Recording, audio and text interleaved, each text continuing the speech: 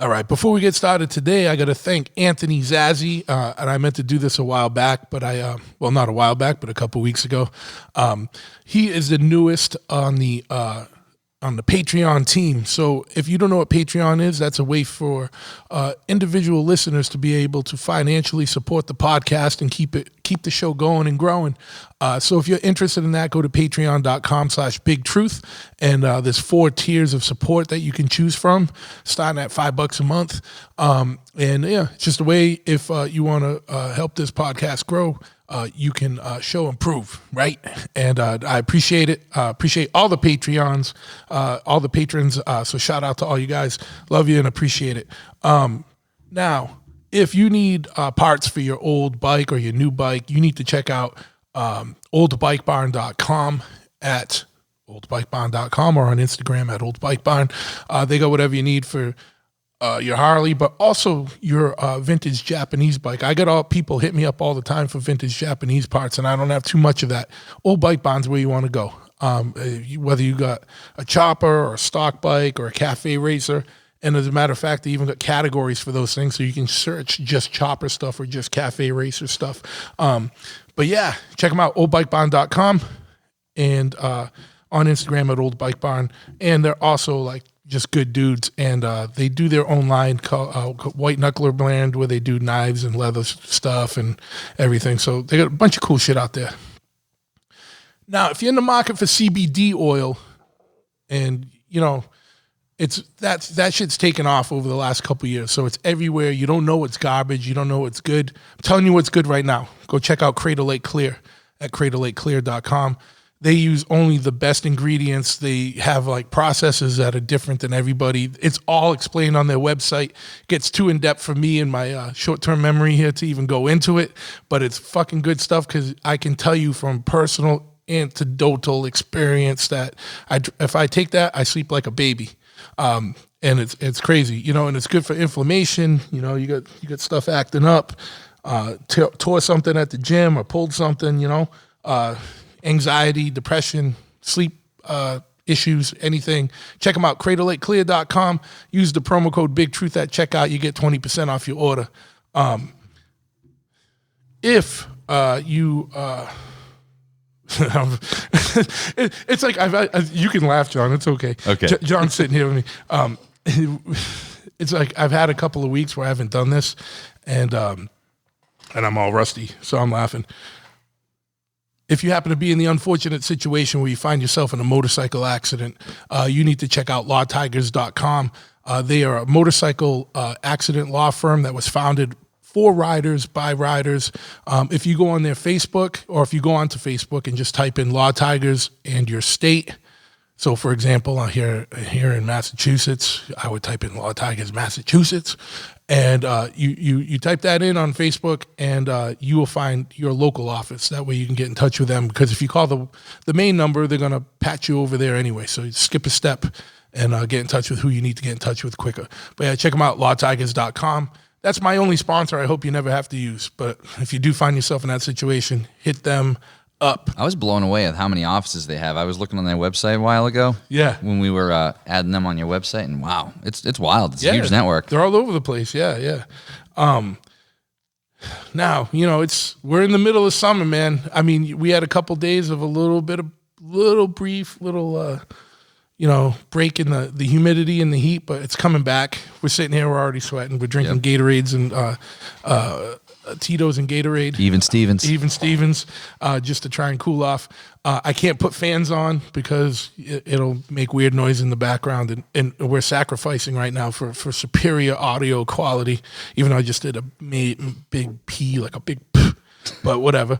But you know what humidity means? Swampy fucking grundles and hideous taints and fucking bad aromas, chafing, just all kinds of bullshit that you don't want. You get sticky balls, fucking whatever. You don't need to deal with that if you check out the motherfuckers over at manscaped.com. They got a ball razor called the Lawnmower 3.0, and you shave up down there, you clean things off, you get things slick.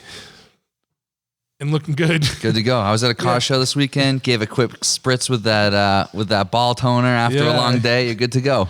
Back in the fucking game. And if you're doing a long hike or something, you put the anti-chafing cream on, and you don't get all chafed up down there. And you know what? And your girl or whatever, your partner really fucking appreciates it because they're not dealing with like a sweaty Bob Ross when they fucking pull your fucking joint down, Yeah. But anyway, because no one wants a stinky Bob Ross situation, right? So check them out, manscaped.com. Use the promo code BigTruth at checkout. You get 20% off your order. Get the Lawnmower 3.0 and a whole array of fucking genital elixirs that are, magic that do, they're like magic potions for your nuts. So check them out, manscaped.com, BigTruth at checkout. 20% off your order and free shipping. And while we're talking about 20% off your order, you need to check out Omerta at omertamia.com, which is spelt, because I know I got a masshole accent and some of you can't understand it. It's OMERTAMIA.com, Omertamia. And they're the toughest and like best and like coolest streetwear brand there is out there right now. And a lot of their shirts are made in America. They're printed on American-made shirts. Whenever possible, they're all made in house, all printed and screen printed in house, and it's a streetwear brand that definitely represents the streets. So check them out, mertamia.com. They got t-shirts, they got hoodies, they got socks, they got scarves. I know you don't need a scarf right now, but you might live in Juneau, Alaska, and maybe you need one right now. I don't know. But yeah, check them out, omertamia.com. Use the promo code BigTruth at checkout. You get 20% off your order. On Instagram at omertamia. And if you go to Apple and type that in, you can download the app. I think it's on Android too. I don't know. I have an Apple iPhone, so I don't know. But that's about that. Now, if you're looking for more clothing and you're into punk rock, heavy metal, and whatnot, you need to check out Pitchfork at pitchforkny.com. They also got a record label, and they did the Back to School 7-inch series that had a New York, not a New York, but an East Coast band on one side of the 7-inch and a West Coast band on the other. Bands like Murphy's Law, Rancid, Sick of It All, Eulogy, all kinds of bands that you'd be interested in. So you check them out. They got a new New York hardcore 12-inch out full-length LP. Check them out at pitchforkny.com or on Instagram at pitchforkny.com. Dude, I'm so fucking rusty, dude. I don't even give a fuck. You know what? I haven't done an episode in a couple weeks. Just this has been a bad month, so we'll put it at that. And if you've listened to the last episode, you know what the fuck is going on. I'm making no apologies, but we're getting back on track, and it'll be a little bit smoother sailing as we go on.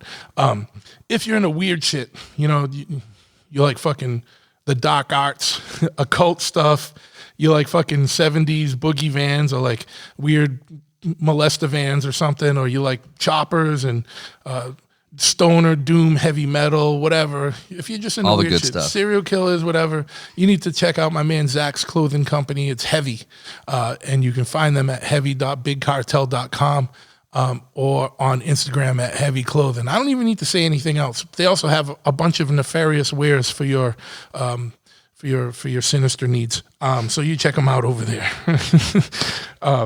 Zach's a fucking awesome dude, and I love doing these commercials for him. If you are into motorcycles and want to get more information on events or fucking anything related to chopping motorcycles, choppers, fucking moto biking, just in general, you need to check out Chop Cult. They're the biggest information clearinghouse and online message board and basically online community there is for motorcycles. Check them out at chopcult.com or on all their social media, simply at Chop Cult. They got online message boards that's broken up by topics, so you just search the topics that you're interested in. They got a events page that has motorcycle-related events going on all across the world by date and location. You can search by either. They have a swap meet where you can buy, sell, or trade parts and or motorcycles or motorcycle parts or whatever it is that you want to sell. It's just they're a staple in the community. If you don't know about them, then now you do. You got no excuse. It's absolutely free to join. They don't ask for your credit card or any of that bullshit, so just go check them out at chopcult.com. And last but not least, if you are interested And even more stuff, you need to check out Chophead, my shop. We have an online store where you can buy parts and apparel and swag and whatnot. I don't got every part listed there. I'm not an online store per se. You know, I'm a mild online store. Like, we're a motorcycle shop. We're primarily a full service brick and mortar fucking shop. You know what I mean? You get a lot of shit. It's not like you're a fucking drop shipping online guy. No, we're not a drop. You got a building full of stuff here. Yeah, I know, but it's also like, you know, and it's hard to have everything in stock or put everything online. So I got more than what's really on the website. We're hooked up with everybody. So if you need something, you hit us up if you don't see it on the website. But yeah, you give us a call at 508-995-6764 or just shoot us an email. Find us at chopahead.com, spelt in the most masshole of ways, which is CHOPPAHEAD. And on Instagram, simply at Choppahead, and on Facebook at Choppahead Customs. So to make it even weirder spelling, Customs is spelled with a K. So it's CHOPPAHEAD KUSTOMS. And if you want more information on the podcast here, check out Big Truth Podcast, and definitely check out the Patreon if you want to help support. And without further ado, we're going to jump into today's episode right the fuck now.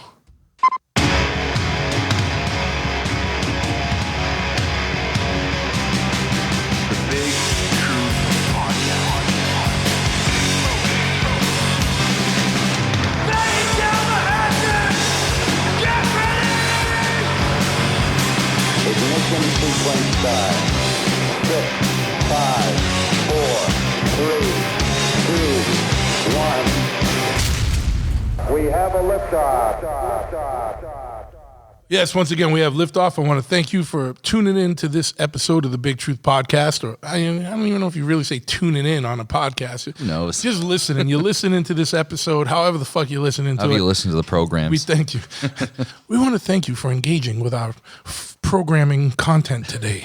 But yeah, I'm here with my boy Jon Stairs from Topics Under the Stairs podcast, Revival Motoring. He's a graphics extraordinaire. He does all the graphics he does a lot of the Chophead graphics, and he does all the graphics for the podcast. So, you know, if you've seen any of our episode art, you thank Jon, right? But Jon, what's happening, man? No, nothing really, man. Happy to be here. It's a fun time. Yeah, absolutely. I had a lot of fun. I was on Jon's podcast, Jon and Ryan, co-host, good dude. I don't remember when. It was winter, wasn't it? Yeah, it was a few months back. I'd say it was probably middle of winter, yeah. And you gave me the main takeaway is that you gave me a mezcal that was distilled through goat intestines. Yeah. We had a dude on.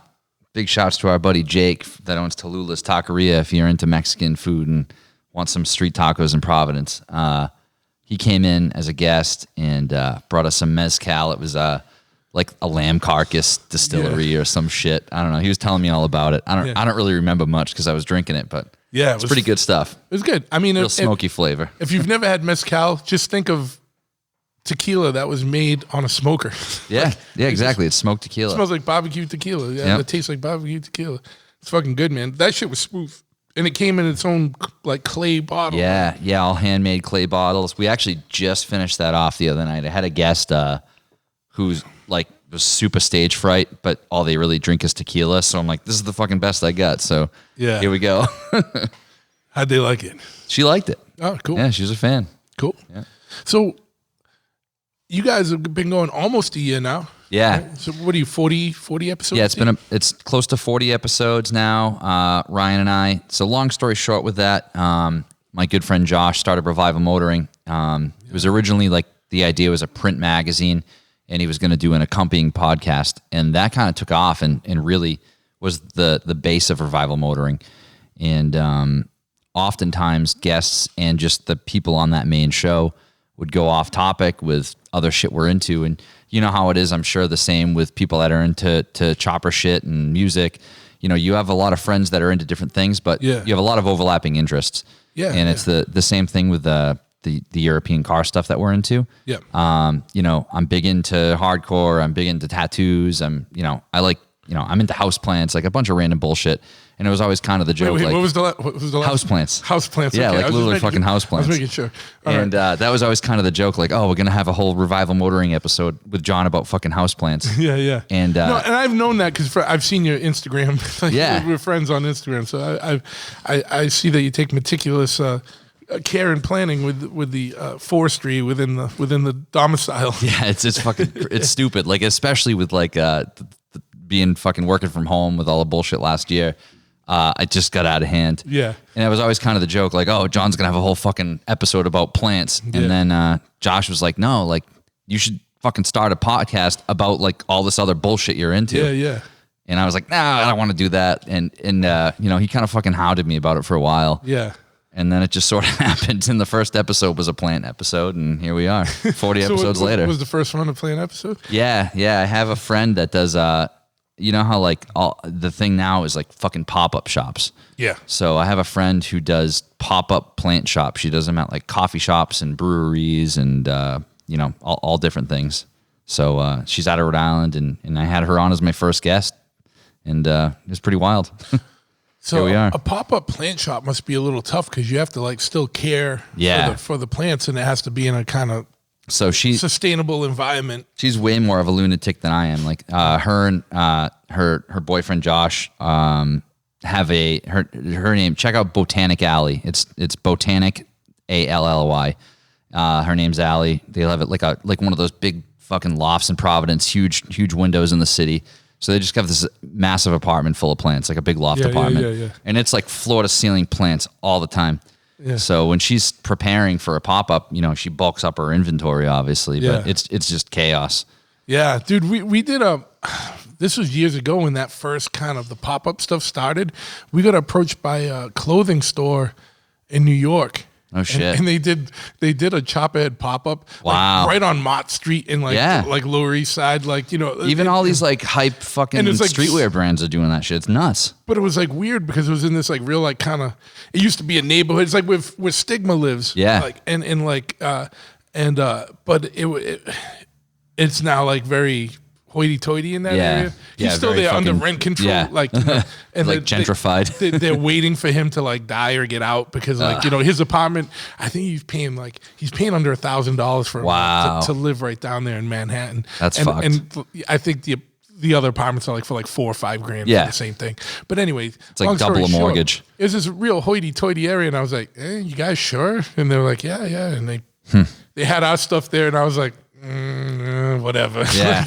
I was like, this ain't gonna do shit. And you know, I was like, and you know, and we sold a bunch of like stuff. Yeah. Like, you know, nothing like it, like you wouldn't survive off it or anything. Yeah, it's not like you're getting like a ton of customer retention from it or anything. Yeah.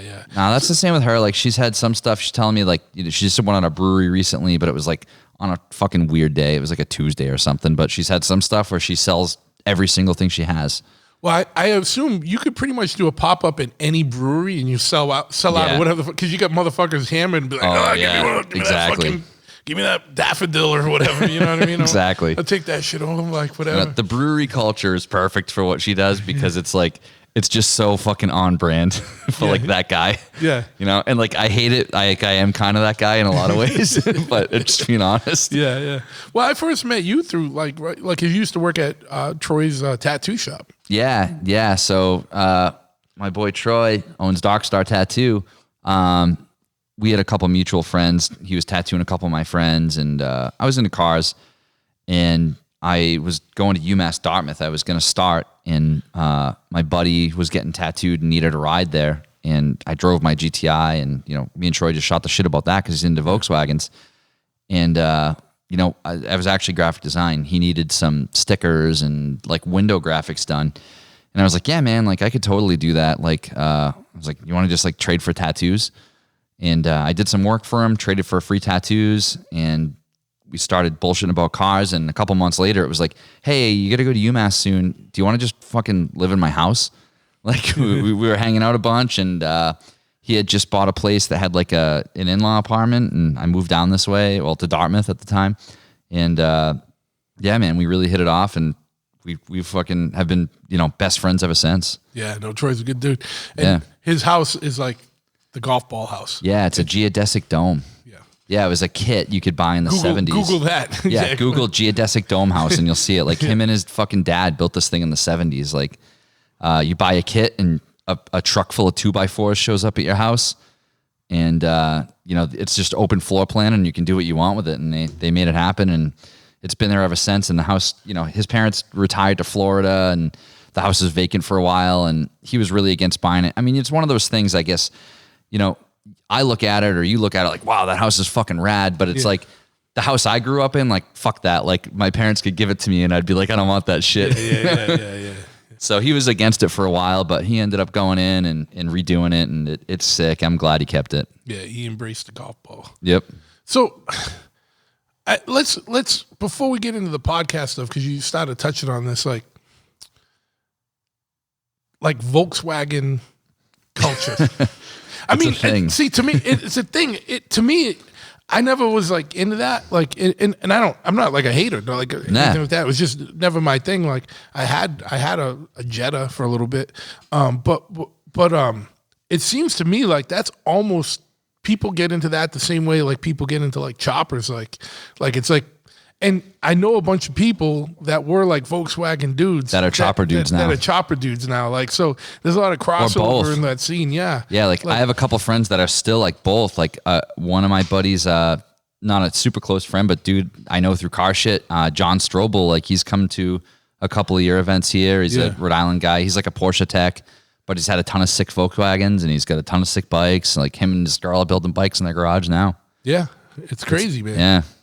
What do you what's like the, because like no other car company except for Porsche, there's like a Porsche, there's like a Kcar guys, Porsche thing, Kcar guys are like a whole nother thing. A lot of them are like people like me that like got a couple bucks, and then in general European cars, it's like once you drive a Volkswagen, if you appreciate it like the first time you like shut the door and drive the thing, like I'm not trying to have the highest horsepower car. I'm not trying to have the fastest quarter-mile car. But, like, if you want to, like, hammer an on-ramp and, have a great time, Volkswagens are perfect. Yeah.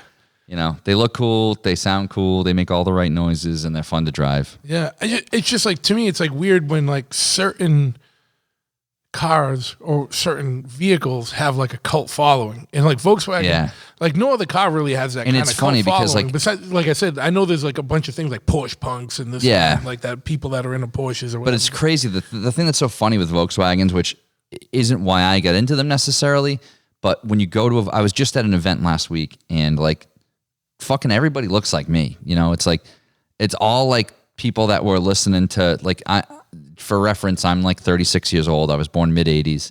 Like it's all the same people. It's like people that are tattooed and will listen to the same bands that I listened to in high school. Like, like the car people that I meet online that we're following on social media, we're reposting the same like 25-year reunion of the fucking Poison the Well record, or like hardcore bands that we listened to in high school. And and there's just a strange overlap. So it's almost like a taste thing. It's like the design is nice, and they feel a certain way. It's like people that have similar aesthetic just kind of carry over to cars too. It's funny. So, but like, why do you think it's like Volkswagen and not like Saab or like fucking or something? You know what I mean? Like it's one of my favorite jokes. BMW or whatever. It's like, one of my favorite jokes. My father told me, he was in the car business for a long time, and you can really apply it to any fucking vehicle. Is what's the difference between a Saab and a porcupine? On a Saab, the pricks are on the inside. Yeah. It's like, that's the, what's the difference between a Harley and a Hoover? What's that? The location of the dirtbag. It's the same type of thing. Yeah, it's the same idea. Yeah. But yeah, no, it's weird, man. Like, I think for me, it's European cars in general. Like, I've driven, Mercedes that I like and BMWs, but I'm just comfortable with Volkswagens. It's just like the first thing that I really dug into as far as like tearing it apart or pulling a motor or doing any extensive work. But do you also think it could be partly, and this is me pondering. Yeah. This is the anthropology part. Absolutely. Is it because of like the accessibility of it? Like 100%. Volkswagen is, actually the people's car. The people's car, right? Yeah. Like, so like a kid can get into one fairly cheap. You're 100%. not getting into like a Mercedes or like a BMW that cheap. You know what I mean? And I think there's a lot of overlap in the we were talking off air before about, you know, the mentality of love for the brand versus age and all that kind of stuff. Yeah. And it goes the same way with Volkswagens. Like right now I have a Mark II Volkswagen, which is like there's air cooled and water cooled. So it's like air cooled guys, which are like Beetles and all that rear engine shit. They think water cooled guys are lame and vice versa sometimes. And it goes with the same with the generations. Like, you know, the US Rabbit was a Mark I. I have a Mark II. Everybody thinks everything after Mark IVs are lame and they're on 7s now. Yeah. And it's a lot of like new young kids, and everyone goes through a phase. Like right now, like Mark IVs are in a phase where like you can get one for $3,000 and all these like dumb fucking kids are getting them and they're putting those like burble tunes on them. That's the newest hot shit that I fucking hate it. I'm roasting people online about this constantly is the ECU flashes that make them snap, crackle, pop on the exhaust. Yeah. Like backfiring like a son of a bitch. It's like, it's like that's shit you should be tuning out. Yeah. Like tunes are great. Like, you know, on a, you know, like an early 2000s car, you can do an ECU tune on a turbo car and get, you know, 20 pounds of boost and the thing runs awesome. But people are tuning them specifically to dump fuel and backfire. It's fucking lame. Weird. Yeah. So it's weird. It's funny, man, because literally if you take the same constructs and pull the Volkswagen away and replace it with Harley, it's the same shit. It's the exact same shit. You got the guys that like the old shit, which is the air-cooled shit. Yeah. And then you got the people that are into the new shit, which is now like, you know, like not air-cooled, you know what I mean? Like some new Harleys have fucking, you know, radiators and shit on them. Yeah. You know? And then the M8s, they got more performance or whatever, blah, blah, blah, you know, whatever. But there's like, you know what I mean? And like the factions don't get along. Yeah. 100%. Everyone loves the product, but hates the factory. Yeah, you know what I mean? the factory all the time. Yeah, it's fucking crazy. It's like, but then if the factory does do something like wild, it's like, oh man, this is so great. You know, like Audi and Volkswagen are essentially the same thing. Yeah. And for many years, it was always like all the UK cars and overseas stuff. They get all the cool stuff. We don't get anything cool here. They brought an RS6 wagon, which I'm not into like supercar bullshit. I'm driving like a fucking 90s economy car. But they brought over this RS6 wagon, which is like a fucking 700 horsepower all-wheel drive. It's like $100,000. Yeah. But you know, everybody bitched that it never came to the US and now it finally did. So now all those nut swingers that were like, fuck the factory, now they're like, oh, wow, look at this. And they're all reposting pictures of this concept car and shit. So it goes both ways. And, you know, you go through the phase of it. I've been into it for, you know, 12, 14 years or whatever. So now it's like I'm starting to feel this like responsibility to where it's like I need to embrace the young kids that aren't shitheads. But then at the same time, fuck the ones that are shitheads. Yeah. Do you know what I mean with that? Oh yeah, absolutely. And you own a business 100% with chopper shit. So it's like you want that young kid that wants to come in here and learn and buy stuff, but then fuck that kid that's trying to ruin everything, you know? Yeah. So it goes both ways. But it's like that with anything, man, whether it's, you know, whatever scene there is, like, that you're into, if it's its own thing, especially subcultures and things that stand alone or against like regular mainstream shit. Like maybe that's what it is too. It's like the music culture and that whole, you know, outcasted mentality of just the other shit I've been into in my life. It carries over to that. Yeah, but you become protective of it, and then you know what I mean. And if you really love it, you become protective of it. Like, I'm very protective of hardcore and choppers and fucking motorcycle stuff. Like, no, you know what I mean? I totally agree. And I take great offense when someone's a fucking asshole or a tourist, and I take even greater offense when a tourist comes in and figures out a way to like really reap benefits and money or fucking out of something, and then they're gone in 2 years. Like, fuck you, dude. Like, you know what I mean? And I'm not hating that they got game or business acumen, but like, don't come in and take advantage of some shit that we all like really. People that really love this shit, you know what I mean? Yeah. Or just people that, whatever, man. Like, and I don't want to focus on the shitheads because they're a minority. You know, there's way more. Really, at the end of the day, there's way more cooler people. There's way more of cool people that are in this shit than lames. 100%. Otherwise, the scene would be so lame, no one would want to be involved in it, right? Yep. So it's just that, you know. From a young age, I've been bred like to respond more to hatred. Yeah, 100%. So that gets me going quicker. Yeah. Well, like right now, the culture is like, you know, there's so many like with the cars I'm into, like there's this whole new thing within the last couple of years of like, you know, the participation awards and respect all enthusiasts, and it's like, no, fuck that. Like the reason I have good taste is because like when I wanted to do some fucking lame shit to my car, someone online on a forum roasted me. Yeah. You know? Yeah, you So learn. now it's like, I want to roast the motherfuckers that are about to do something dumb to their car. Yeah. So then they learn, you know? Yeah, see, for me with the chopper shit, like, that's a big conflict because, like, you know, I'm not online too much. Like, Yeah. and I'm not on, like, I'm definitely not outside of Chop Cult. I'm not on and Yeah. message boards. Yeah, like, I when I was younger, I had more time. Like, I'm vying for time. But one thing I always hated, like, you know, everyone's got taste, their own personal taste, and everyone's got their own thing. Like, I will never shit on anyone's bike. Yeah. If they really love that bike, like, who am I to shit on that bike?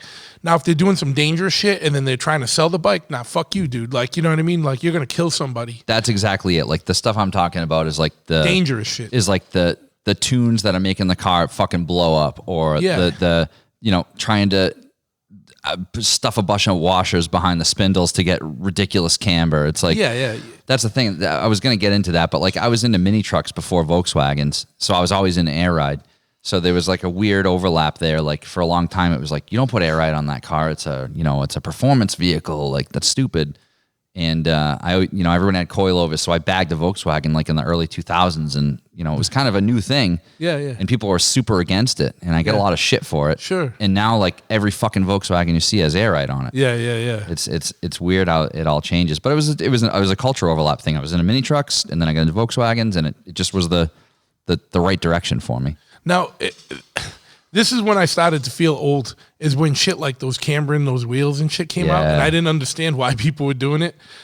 Dude, it's What is it? Is it just cosmetic? So there's a couple things. So like, I mean, because especially in fucking New England, when you see motherfuckers in Fall River with that, I'm Yeah. like, what roads are you driving on, dude? Because I could not drive on a road with that car. well, I mean, like that. you saw my car sitting outside. Like I have big wheels on a little car with air ride, and it's fucking straight as a pin. There's no camber because the wheels fit the car. Yeah. So there's a couple exceptions. It's like if you have this ridiculous rare, you know, there's a lot of wheels like, you know, old BBS RSs that are, you know, unobtainable now, and they're weird spec and they don't quite fit the car right. It's like, all right, you add a degree or two of camber to make it tuck in the car, fine.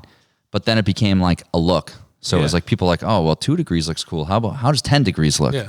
And See, it to got me, it just stupid. looks retarded. Yeah, Yeah, it looks fucking dumb. Yeah. And then the stretch tires is the other thing. So that all started overseas. You know, here with the trucks and the fender flares, it's like if your wheels poke out, you're supposed to have fender flares that cover the tread. So over there, what they did, it was like, well, all right, the law says the tread can't poke, so I'll stretch the tire. I'll put, like 205 in a tire is the millimeter width. I'll put a 205 tire on a 10-inch wide wheel that should call for a 255, and the tread won't poke, but the wheel will poke. Yeah. And the side will stretched. And it looks neat, you know, in the right application, but then it's like you stretch a tire on a 7-inch wide wheel that's sunk like a fucking hovercraft. It looks stupid. Yeah. Same thing with the camber. It's like there's a time and a place for everything. If you have a wide wheel that's a nice wheel and you have a little camber and a little stretch, it looks right. But these fucking kids are buying these like tire rack specials with some fucking Chinese bullshit tire on it, like a Yingling tire or whatever the fuck it is. Yeah. And putting 10 degrees of camber. Isn't Yingling It's an American some- beer yeah. from... but they have but you know what I mean. Some fucking bullshit Chinese tire. You meant Ying Ying. Yeah, like some fucking $49 tire from Walmart or something. Yeah, exactly. But Or Amazon.com. yeah, there's a look and there's a time and a place for everything, and people ruin it basically. No. And I've never seen that really, the camber stuff on Volkswagens. I'm sure it does. No, people do it. I've more seen it on like the, you know, Asian imports. Yeah, Like the Japanese shit. I was like, God damn, dude, that looks unrideable. Yeah. And like, I'm like, Yeah, you're on the sidewall of the tire. And it's like, I'd love to see those motherfuckers on a snowy hill in fucking February. Like, Yeah. like fuck you, motherfucker. I was like, you know, but whatever. Yep. And that's when I started to feel old. I'm like, all right, there's shit going on that I don't know or understand. I was like, God damn, that no, it's sucks. stupid. All right, well, yeah, man. But yeah, it's crazy, man. It's just the way subcultures work, how it's all like the same shit. It's just applied to different scenes. Like, And I'm sure there's shit with bikes that you look at that's like, that's the fucking dumbest thing ever. There's no reason for that. yeah. You know? Yeah, no, there is, you know. But like I said, as long as it's fucking not going to kill somebody, whatever, man, to each their own. Like there's that old saying, there's an ass for every seat. Yep. That camber shit looks fucking dangerous. Like, it looks 100%. like your shit's going to fall off. Like, Yes. like you hit a speed bump and like your wheel is going to fall the fuck off. Well, that's like the bring a trailer stuff, like cars selling for like insane money. And it's like, all it takes is two idiots, the idiot guy selling it and the idiot buying it. Yeah, it exactly. doesn't affect you. Yeah. I mean, that happens too. The chopper shit, shit can get a little wacky, and we all like dangerous and weird and fucked up and fun or whatever. But yeah, shit can get a little too wacky. Like, you know what I mean? Like, but, whatever. But see, to me, though, like choppers were always,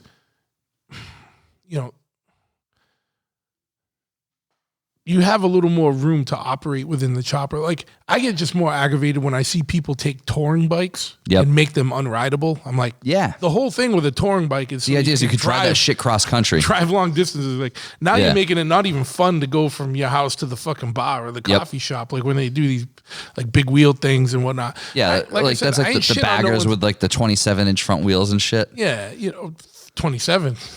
Bigger than that? 30. Like they're doing crazy shit. But like, and it's like, all right, you're making something that was meant to drive across country or whatever, long distances, and you can barely drive it down the road. Yeah. Oh my God. Like I said, teach their own, but that's there's always things in a subculture that endure. Mm-hmm. And then there's always things that are like trends. Yeah. Well, that's exactly they're going to come and go. Like they're cool now, but then people are going to be like, fuck this isn't fun to ride. And they're going to get rid of it. Yep. Like, which is why we got like a classic chopper right there. Yeah. It's a little sketchy to ride. You know what I mean? That's like I don't know fuck about shit with that, but that's like a 70s style chopper, right? Yeah. Yeah. And then behind it, there's something with like huge rear wheel. Can't turn as good, you know what I mean? Yeah. That was built in the mid 2000s. There's all kinds of shit, but there's an ass for every seat, you know what I mean? But like, you know what I mean? There's some things that stay, there's some classic things that do work will always stay, like trends will always come and go, like shit like but everyone's doing research, R&D, you know what I mean? And so like you find out like, some shit works, some shit don't. It's crazy too with like the internet. It just changes so much because your opinion of what you thought looked cool and everybody else's opinion of what they thought looked cool, it didn't fucking matter because there wasn't the overlap. Yeah. And then the forums happened, and now forums are dying because of fucking Facebook. Yeah. Now instead it's a Facebook group. Yeah. Or Instagram, like Instagram page that isn't someone's like personal Instagram page. It's just like some shit they just repost other people's pictures on. Other people's shit. And then they get like fucking hundreds of thousands of followers. And I'm like, easy way to fucking, to get big is just repost other people's shit. Yeah, screenshotting people's shit and monetizing it. Not even giving fucking credit half the time. Yep. Like there's so many times people will tag one of our bikes, we'll post one of our bikes and not give us a shout out, and then somebody else tags you in it afterwards. We'll tag it. And it's like, Same with Volkswagen stuff. I see pictures like Josh shot pictures of my car that ended up in the ad for like the company that made my custom wheels, and people are fucking constantly reposting those photos. Yeah. And it's like, oh yeah, like they post like tag the owner and the thing. It's like, who owns it because all the places that you stole it from have my name and Revival Motoring and all this bullshit. But that's a little cheesy way to get out of it. Yeah. Sometimes people legitimately don't know who the owner is. Yeah, and that's fine. Like they caught it from a bad source, but 99% of the time they're just scumbags. Yeah, just profiteers, profiteering. But yeah, man, so fucking let's, and before we even go even further with this, like you talked about Josh from Revival Motoring earlier. Yeah. And I got to give him a shout out because he helped me so much at the beginning when I was getting started. Like, took time to go over equipment with me and hosting services and all that shit. Like, gave me all the information I needed to get this shit started. So big shout out to Josh and Revival Motoring, and big respect, man. And I'll always be grateful for that. Good dude, and like so willing to share knowledge about shit, you know what I mean? When some people would be like, fuck off, like. Yeah. But anyway, so yeah, man. So what got you had started to talk a little bit about the podcast, and then we got into the whole Volkswagen thing, which I knew we were going to end up getting into. It was inevitable. Yeah. But so tell me a little bit more about the podcast, what it's about. Like, you kind of got into a little bit of the origins of it. Like, like you were doing stuff with Revival, and they were like, why don't you do one based on all this other crazy shit? But yeah, tell me a little bit more about the focus, introduce Ryan, your co-host, all that shit, Yeah. So basically Josh and I have some history with, creating media. Like we used to do this thing called Gangsta Out. It was like fucking 12, 13 years ago now. And it was kind of like a blog type of thing and photography. And we both, were doing, our career stuff and, family and house and whatever. And it just kind of fell off. And, a few years later, Josh wanted to do something else and he started Revival Motoring. And like I said, that was kind of the idea originally was a photography magazine with an accompanying podcast, and the podcast really took off. Yeah. And I was on that a couple times, and it got to the point where, Josh's focus is really photography and videography. So I was helping him a lot with design and as far as merch and logos and things like that. And the podcast just really took off for them. It really blew up, which is great. And we oftentimes would come up with things where we were going way off topic, and it was like, all right, let's get back to car shit. And Josh kind of put the bug on my ear, like let's have a place for non-car shit. We're all into music and tattoos or whatever the fuck else. And he said, we got the studio set up, we have everything ready to go, like just make it happen. And finally, I agreed and did it. And we have a couple other shows too. Like we have a motorcycle specific show. Our friend Tom does. He's out in California now. He does, not weekly or anything, but he does, motorcycle specific episodes called Talking Motorcycles. We have a NASCAR show now called Circle Jerks. And best name for a podcast ever. It's so good, right? It's so good. It's hilarious because like most of the people listen to it have no fucking idea. Yeah. But it's just such a funny name. I bet you get some creeps coming in on that one and they're not knowing that they're going to talk about cars. Yeah. Oh, yeah. And not only cars, but like NASCAR specifically. Yeah. Dude, have you ever been to NASCAR? No, I have not. I went for my first time like 2 weeks ago. Yeah. In New Hampshire. Holy shit. Yeah. Wow. Yeah, it's a whole vibe. Now, no, we got to kind of get into this a little bit. Yeah. I mean, or we can go into it later. Oh, yeah. No, But we should probably just hit it now. Yeah.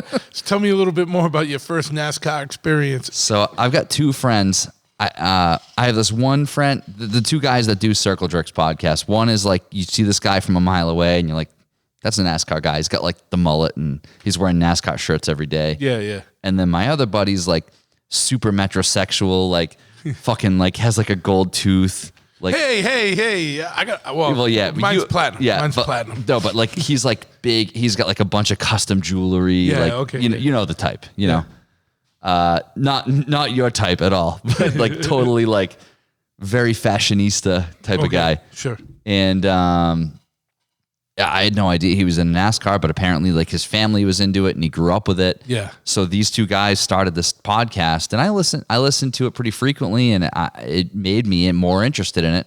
And then we're like, hey, let's all go, like everybody from Revival. Let's do like a group thing. But before, isn't that the best thing about podcasts is like, to me, like I started listening to them and then I always got stoked when I listened to an episode that I was kind of like, I don't know if I want to listen to this one. And then I leave it and be like, dude, that was fucking rad. And it made me interested in something that I didn't even fucking know about. That's, to me, one of the best things. And that's why with this, I don't just try and do motorcycles. I try and do all kinds of shit because, I don't know what the common thread is with everything. Maybe just subculture shit. But it's cool when, like, to me, I get stoked when I find out about some shit I didn't know about. 100%. That's why, like, your show is one of my favorite shows because I don't listen to a ton of I have friends that, like, listen 24/7 to podcasts, and I'm not that guy.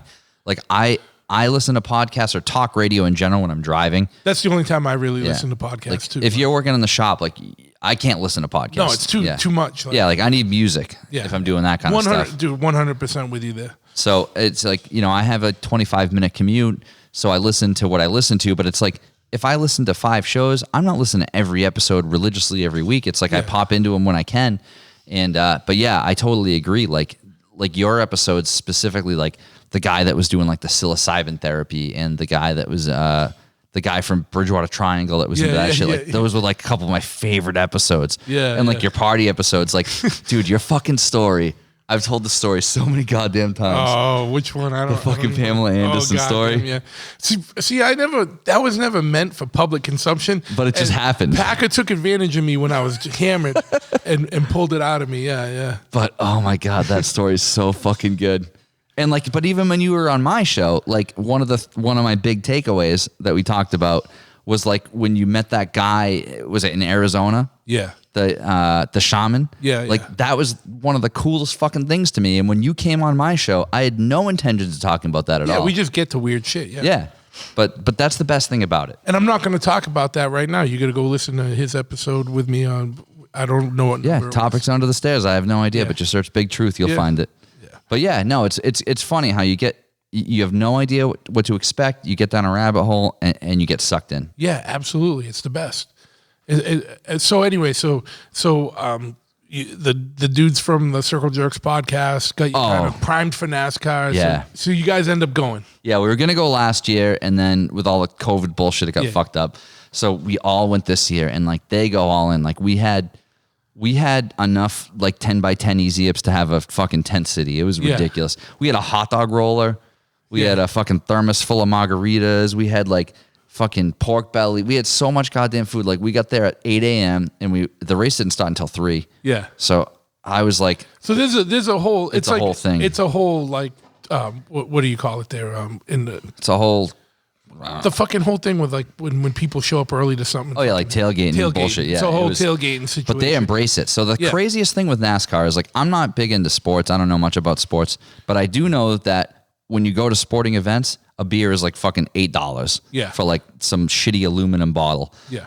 At this place, you can bring in a 14 by 14 by 14 cooler full of whatever the fuck you want. They do not give a fuck what you bring in, and you can walk in there. They don't even look at it. Yeah. It's like if it's a soft sided cooler, you can walk in with it, with anything. Yeah. It's amazing. So you just can't bring in a hard cooler? Oh no, so you can bring a hard cooler to tailgating. So we had like friggin' thermoses full of mixed drinks and beers So you can go into the NASCAR like stadium yeah. with a soft cooler. Yes, like the stadium where you sit down on the bleachers and watch the race. Like you can go in with I brought 16 beers in to the race. Yeah. But before the race, we were bringing we had full-size grills. We had thermoses of stuff. We were out there for 10 hours before the race even started. It was wild. It was a perfect opportunity for me to wear a vest with no shirt on underneath. Yeah. I always look for opportunities to do that, and this was the one. What kind of vest? Like a denim? Oh, just like a denim, like a Levi's vest with no t-shirt underneath. It was a great opportunity to do that. It was perfect place for it.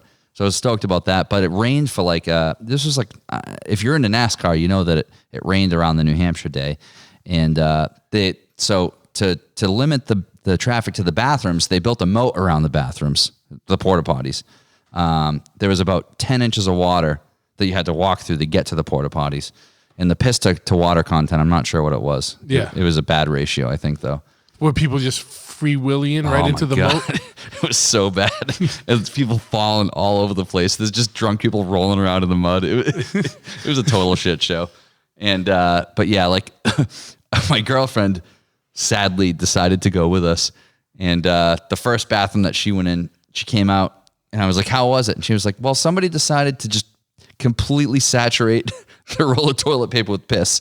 And it was like, at this point, it was 9 a.m. Yeah. so it was like an hour into Yeah. So that's a good kind of tell of how the rest of the day went. Yeah. But yeah, it was wild. It was an experience. I'll go again once a year. Yeah. I wouldn't travel for it. Like they have a camper and they go to Pennsylvania and Maryland. They go all over for it, but I'll go once a year. See, I wonder where the wildest NASCAR tailgating is. I mean, I don't know how lenient the other states are, but we could have done anything there. Anything shy of murder? Yeah, that's questionable. They might be fine with that too. It was pretty relaxed. So it's like, fuck Jimmy Buffett and the fucking parrot heads or whatever. You got to go to some NASCAR. Yeah, go to NASCAR. You can do whatever the fuck you want. Bring in whatever the fuck you can. If it's a 14 by 14 by 14 bag, you can bring a bag of machetes into this fucking place. They don't give a fuck. It's insane. Fuck yeah, man. Yeah, it was wild. There must have been some good people watching. Oh my God, unbelievable. Unbelievable people watching. There was a dude 2 seats over from us with just overalls and nothing else. And his brother or friend was just lathering him with sunscreen, but this dude was already so fried. This motherfucker was see-through like a salamander belly though. This is the palest dude I've ever seen in my life. Yeah. And they all wear these CB radio headphones so they can listen to the pit crews talk.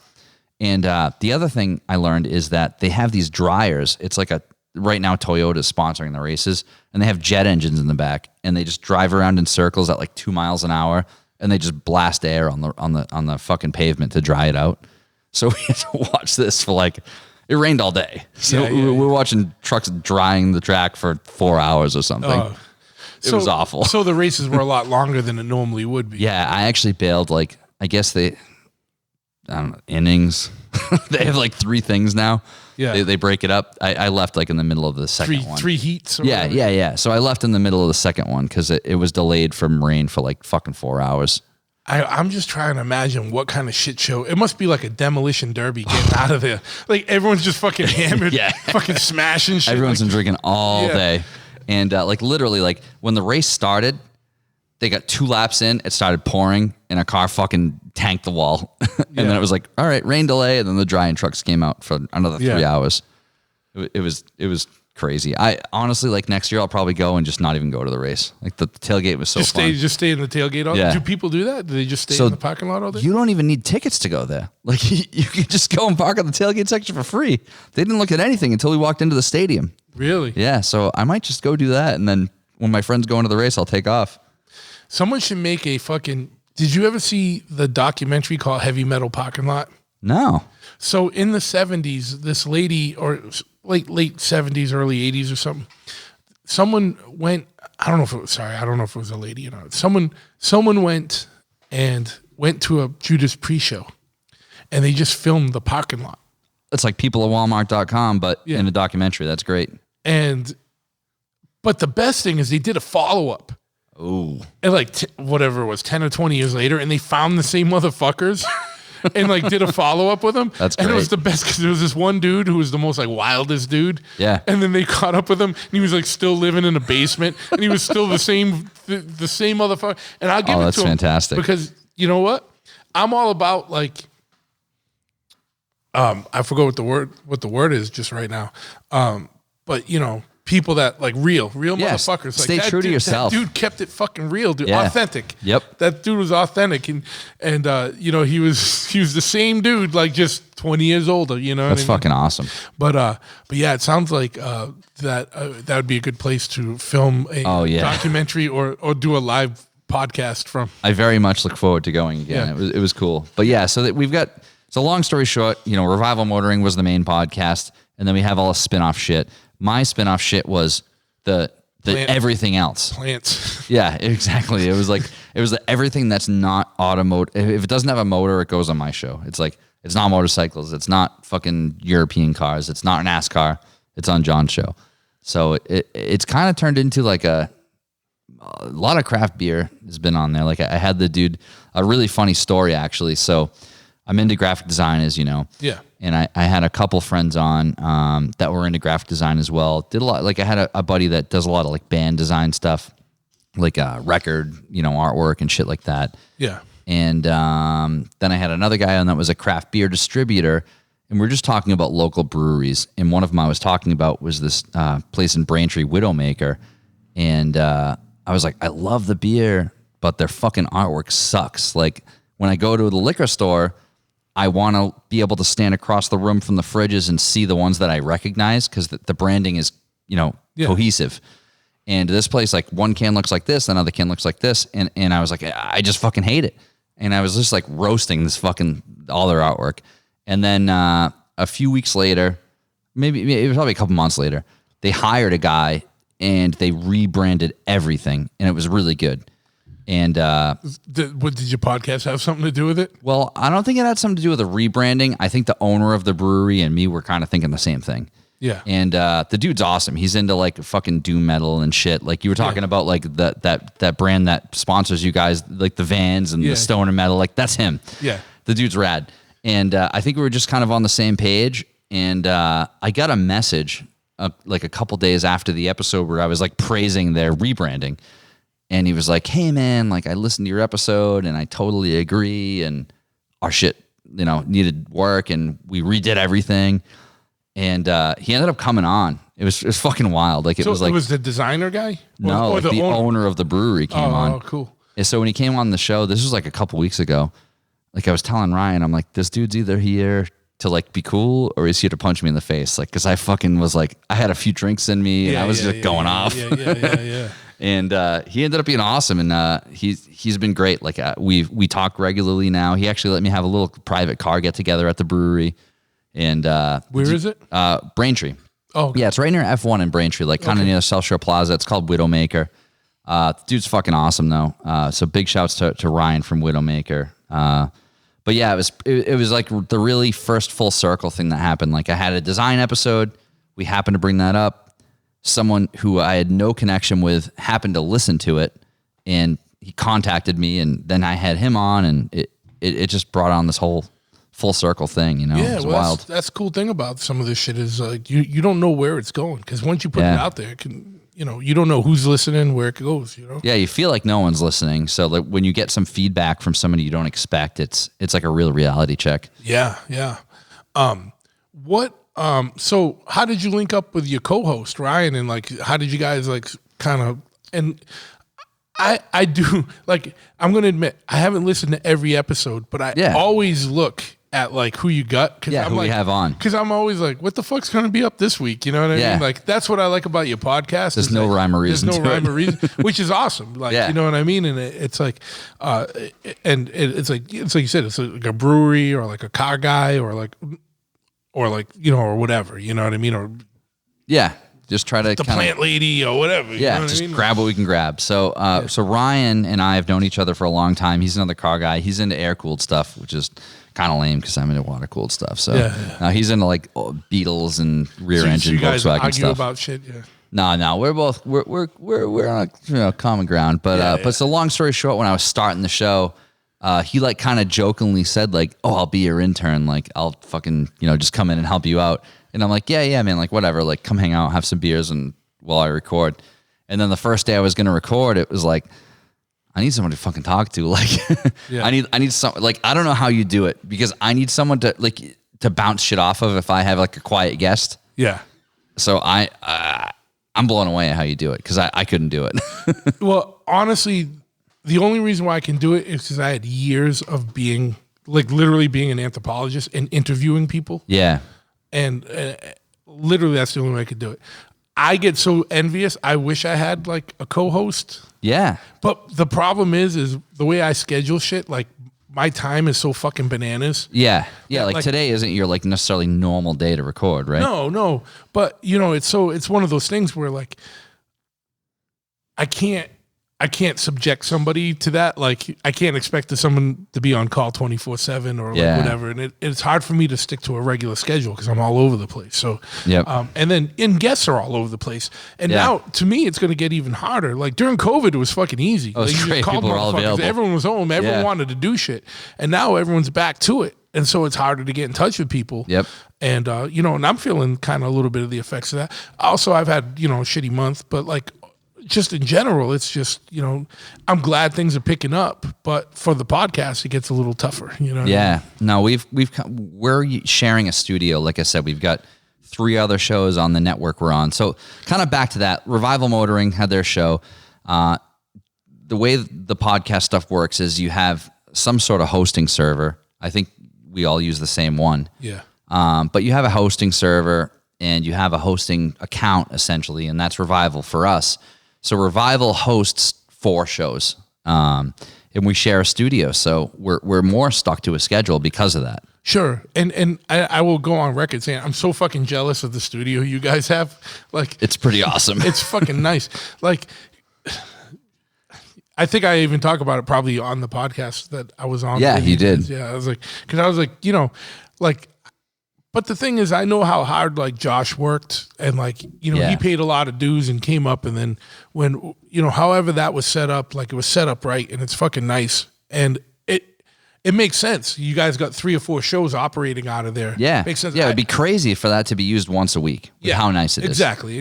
So it worked out that I told Ryan like, look, Thursday night, you're booked. Like, let's make this happen. So he came in and he just kind of wanted to hang out and, get out of the house for a night. And it was during COVID when I started recording. Yeah. And, I was like, no. Like, you're getting on the mic, dude. Like, you're not just going to fucking sit here and watch me talk on myself. Like, yeah. we're going to do this. And, it just took off. And He's a fucking great dude. Like, cause he really balances me out. Cause I don't shut the fuck up. I'm a chatty Cathy. Like he can kind of reel me in when I go off the rails. Yeah. So it's good.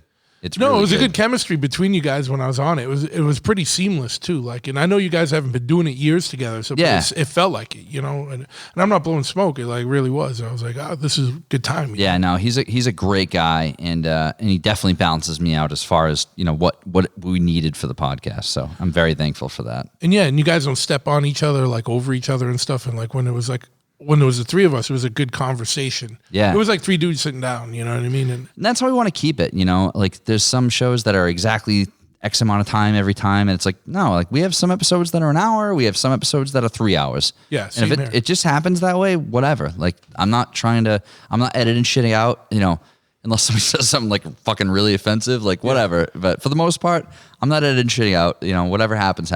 yeah, exactly. That's the best to be, whatever they call it, open, long format. Yeah, podcast, exactly. whatever. And I feel like in this day and age where like people have 8 second fucking or 8 millisecond fucking attention spans, this shows that people really do have more attention than the media is giving them credit for, and people are hungry for shit like this. I do get people saying, I wish your podcast was just an hour. I was like, well, listen to it for an hour and shut it off. And then turn it back on and listen to it for another hour. Whatever. Exactly. What do you want me to tell you, man? Like, I can't cut it in half for you. Like, sorry you have a 10-minute commute, but, Yeah, listen to it some other time or don't listen, whatever. You know what I mean? Like, some people love that we get into long conversations. Some people like, oh, man, it's too long. No one's forcing. No one's got a gun to your head, motherfucker, making you listen to the whole time. Like, exactly. Like, do what you. No, and I try to not fucking beat a dead horse. Like sometimes you have guests that can really talk, and sometimes it's like, all right, 45 minutes have gone by, and this is kind of fucking winding down. Let's just wrap end it up. Yeah, Yep. and see, luckily, I haven't had that yet. I'm sure it will happen. All of mine have been probably. I don't know if any have been an hour. If they've been an hour, it's like someone's hit me up ahead of time and say, look, I only got an hour or so. Yeah. And let's try. Yeah, someone you really want to get on, and it's a short amount of time, whatever. But yeah, I love it, man, because I love, like, I don't know how you guys prepare, but I'm not trying to be like a dick when I say this, but I don't prepare at all. Same with me. Because I'm like, I just want to see where it goes. To me, this is a conversation. I'll have a dude that's like a known fucking musical artist on, and we'll just talk about guns the whole time. We won't even touch music. I don't care. Yep. Like, it just goes where it goes. And to me, that's what's cool. Like, that's how it should be. The shit that I prepare is like our intro and outro shit. It's like we do like I don't even know if I did it when you were on. I started doing like this fucking strange news segment.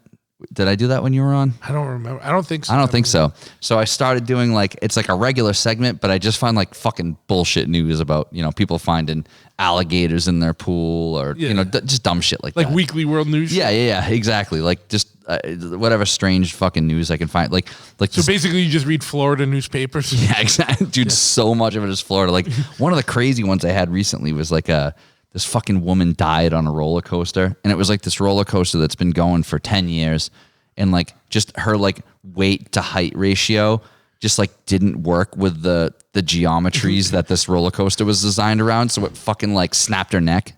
Yeah. And she just like croaked on the roller coaster. That's crazy. Yeah, like just weird shit like that. So I try to find stuff like that. We do that. Ryan's just like a crotchety old man, so we do like a what grinds Ryan's gears segment once in a while. That's cool. But like kind of we have like our regular stuff that we kind of roll into. So if it's a short interview, we have other shit. Yeah. And we do we have a lot of callbacks because a lot of our stuff that Ryan and I are into otherwise is overlaps with the regular Revival Motoring show. So we talk like car shit for 10 minutes or whatever. Yeah. I mean, I know you're not supposed to have, I know it's supposed to be everything other than cars, but you've had some car guys on there. Oh, yeah, no, for sure. Like Does Josh get pissed when you have car guys on? No, like I've kind of like told it, like I do like kind of, if there's one that I like. You have to clear it? Well, so there's people that I want to have on where I kind of pitch it to him first. Yeah. And if he doesn't swing, it's all mine. Like there's this dude, there's this fucking guy. I won't even say his name right now. There's this guy that I want to have on so fucking bad. And he like builds these, he buys like decommissioned NASCARs and he takes like fucking Studebaker bodies and puts them on them. Yeah. And he like street drives them. and it's So like insane. ultimate sleepers. Like Yeah, like literally like full tube chassis, fucking decommissioned NASCARs, and he's like putting Air Ride and a Studebaker body on it, and he daily drives them like it's bananas. And like I'm like, we gotta get this guy on the NASCAR show or like on your show, and he's gonna be on one of the shows. yeah, and he's like the guy's like in upstate New York, and he's like, oh yeah, I'll drive it to Providence, I don't give a shit. And even better. Yeah, exactly. So like if it doesn't happen soon, I'm like, he's just gonna be on Ryan and I's show. I don't give a shit. Yeah. But yeah, like my buddy, You know, that one can almost be what night can you be here? exactly. And then whatever however night it works. that is like whoever show that is he's on that show. But like that guy, I got to get on soon. But like, yeah, I've had my buddy Anthony on. Like I have a good friend of mine who lives in my hometown. He actually just he's a Subaru technician, and he just bought like, you know, a traded in Outback for like $500. He put like a 5-inch body lift on it, and he goes off-roading in Freetown Forest with it. Nice. Dude, the thing's insane. It's got a 5-inch body lift and like big, like 30-inch super swampers. See, that's like one you need video component for. Exactly. Are you guys doing video yet? No, not yet. I want to. Josh does. Yeah. So they have an intern who like runs this whole station. Like in our studio, you know, for anyone who hasn't seen I remember it, seeing the video shit there. yeah, so like we have a desk where the people recording sit with the 4 microphones, and then there's a separate desk with like a monitor and a bunch of controls, like a separate mixing board that's just for the YouTube controls.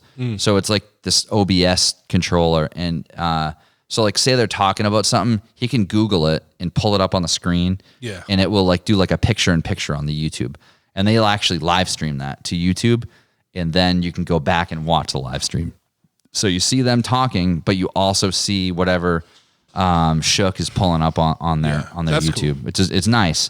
Yeah, I would love to do shit like that, but that requires the extra person. That requires a lot more equipment. You have a dedicated computer to the show, essentially. Yeah. And it has to be a computer capable of streaming the video, which we've learned. Yeah, so it's going to be a good... We've learned that it needs to be a very powerful machine. Like we had one that we thought was going to be fine, and it wasn't working for Josh. So he's I guess like his intern ended up bringing something else in, but because that's a whole other. The thing like with Josh, like you were saying, like Josh is one of those people. Like other people might have an idea, like Josh will have an idea, and he'll be the guy That makes it happen. that will just fucking make it happen. Like even if like, you know, the reasonable person might be like, oh yeah, you know, that would be cool if I did that, but you know, I don't really want to take the risk, or I can't afford this. Josh is like, that would be fucking cool. I'm gonna do it. Yeah. And he just will go full send on an idea, and he knows when to ask for help. And you know, I'm very thankful to have him as a friend, because I don't think I'm that guy, you know, in a lot of ways. And he'll pull me in after he's already taken a leap, and you know, I'll take my design talent and he'll take his photography talent, and we can make a lot of cool shit together. Now, do you guys all sit in on each other's shows sometimes? Like, do you sit on the Revival show or? No, like, you know, I've been on their show maybe twice. Yeah. And they're on like, you know, episode like fucking 200 or something. Like they've been going forever. They've been going a while. Yeah. Yeah. And so they've actually, so the live stream changed a lot for them. That kind of happened during COVID. One of their co-hosts is like big into DJing. So he was doing a lot of like live stream shit for that. So that kind of is what prompted them to go video, because he was already set up for it. And, you know, more recently, you know, the advertisers have changed. We've had a lot of different vendors and advertisers and things. And now they're trying this new model. They're calling it Bucks for the Boys. So instead of like, say, Patreon, they have a thing built into their website, and it's just Bucks for the Boys. And you can sign up for a monthly subscription specifically for their show, you know, and it's just through the Revival Motoring website. Yeah. Cuts middlemen out. Yeah, and they, you know, we'll give shout outs for that, and it's evolved quite a bit. You know, we this last event that we had up in Vermont, it was a show called Wolf's Cart. It was the first time there was like a big Revival booth, a lot of new merch, nice. And it went really good. It was cool. Oh yeah, man. Sorry, and I wasn't being rude. Checking my phone. No, you're fine. I had posed that you were coming on to my Patreon subscribers. I just wanted cool. to see if there was any questions. Yep. And so I did get one funny one, but we'll wait. We'll wait for it. Like, let's go through the regular shit. Yeah. So fucking you know, so Revival did a lot of motor stuff, motor related, car related stuff, and then the catch all for outside stuff was going to be you guys. Like, how did you kind of, having gone through, you're almost a year in. If someone was getting interested in starting a podcast, like what's some advice and like what were some of like the hurdles and some of like the highs and lows of it for you? You know what I mean? I think the biggest thing is for me, like Ryan is fantastic and he balances me out a lot. But as far as what I needed to do myself as the primary host was have a show outline. Like I needed to. Even if it was something stupid that I did every single week, I had to have it physically in front of me. I know you use your phone for notes and things sometimes. It's kind of the same thing for me. So I use, Google Keep. It's just like a notepad, and I can have it on my computer, my phone, whatever I have in front of me. And I just be like, all right, I say the name of the show. I introduce Ryan.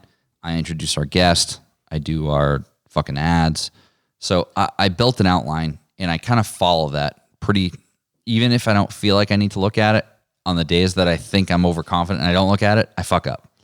So I use that a lot. And the other thing is, I guess it really just depends on what you're doing. I had an idea of, I just try to follow what I'm interested in. And I think it's pretty similar for you. I try to I don't write questions for like my guests at all. No.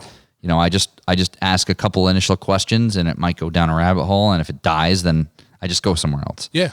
And I found that just to like be the any best conversation. Way. That's the only. Yeah. That's all you got to remember is you're sitting. I just pretend you're sitting with someone at a bar. Where would it go? Exactly. And if I wasn't interested in talking to that person at a bar, I'm not going to ask them to be on my show. No, exactly. Yeah.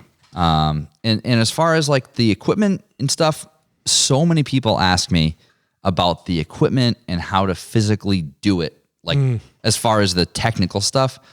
And I try to not even get into it too much because there's 10 different ways to do it. Like the way that you do it and the way that we do it happens to be the same, but it's not the only way. Like you can have a laptop and a couple microphones and do it. You can buy the smaller recorder and do it. There's 1,000 different ways to do it. There's no right or wrong way. It's probably more than 1,000. Yeah. It's just crazy. Yeah. There's no right or wrong way. The way we do it, I think is easy, Yeah. There's a board that, has sound effects and records onto a SIM card and you can bring it anywhere. It's great. But exactly. Well, yeah, whatever. We get but it's funny. Like the guest that I had on most recently, actually, he originally hit me up like, hey, I want to start a podcast about, he's like huge into MMA and he actually like sponsors a couple fighters and stuff. And he was like, I want to start a podcast. Like, would you be willing to talk to me about it? And I was like, yeah, but like, come on my show. Like, let's talk about what you do. Yeah, absolutely. And then I'll show you the shit. And it's we can the best talk way about to it. do it. Is show it. Like, yep. I've told a ton of people about this, and I know some people have actually started podcasts and they use this equipment. Yeah. So this is, Josh told me. I told other people. Like, it's wrong. The thing is, there's 1,000 ways to do it or more. But I hate more than anything when I download a podcast and it's got a guest that I want to see or not see, but I never watch it, but I want to listen to. And it sounds like they recorded it at a fucking wind tunnel. Yes. During a storm, like inside an arcade. Yep. And, whatever. And I'm like, dude, I can't fucking hear anything, man. I was like, this is a disrespect to your guest that took the time to be on it. It's a disrespect to your brand, a disrespect to yourself, your podcast, and a disrespect to your listeners because everyone's trying to fucking, like, what the fuck is going on? This is probably, you could be having the most interesting conversation ever and hearing shit that guest has never told anybody, and you can't make it out. You can't hear it. It's like, what the fuck, man? Like, and like you said, like with some of your like party episodes and stuff, like people drag stuff out of you that you never intended to say. Yeah. And those are some of the best stories, and that's not just for you, that's for every guest. Yeah, absolutely. Yep. But I mean, if the sound quality is fucking horrible, like don't jump and do this until you can do it somewhat good. You know what I mean? Like you're not going to do this for $50. No. Like, invest the money, buy some decent equipment. You don't have to buy exactly what we use, but there's a right way and a wrong way to do it. Yeah, it's just because it's going to do a disservice to you, your podcast, and your guests if you don't have it sounding halfway decent. Like, it doesn't need to sound like it was produced in a fucking multi-million-dollar studio, but it you don't want it to sound like you recorded it on the street during a fucking tsunami. You know what I mean? I think that, and I think consistency is another huge thing. I don't think it has to be every week. I don't think it has to be every 2 weeks.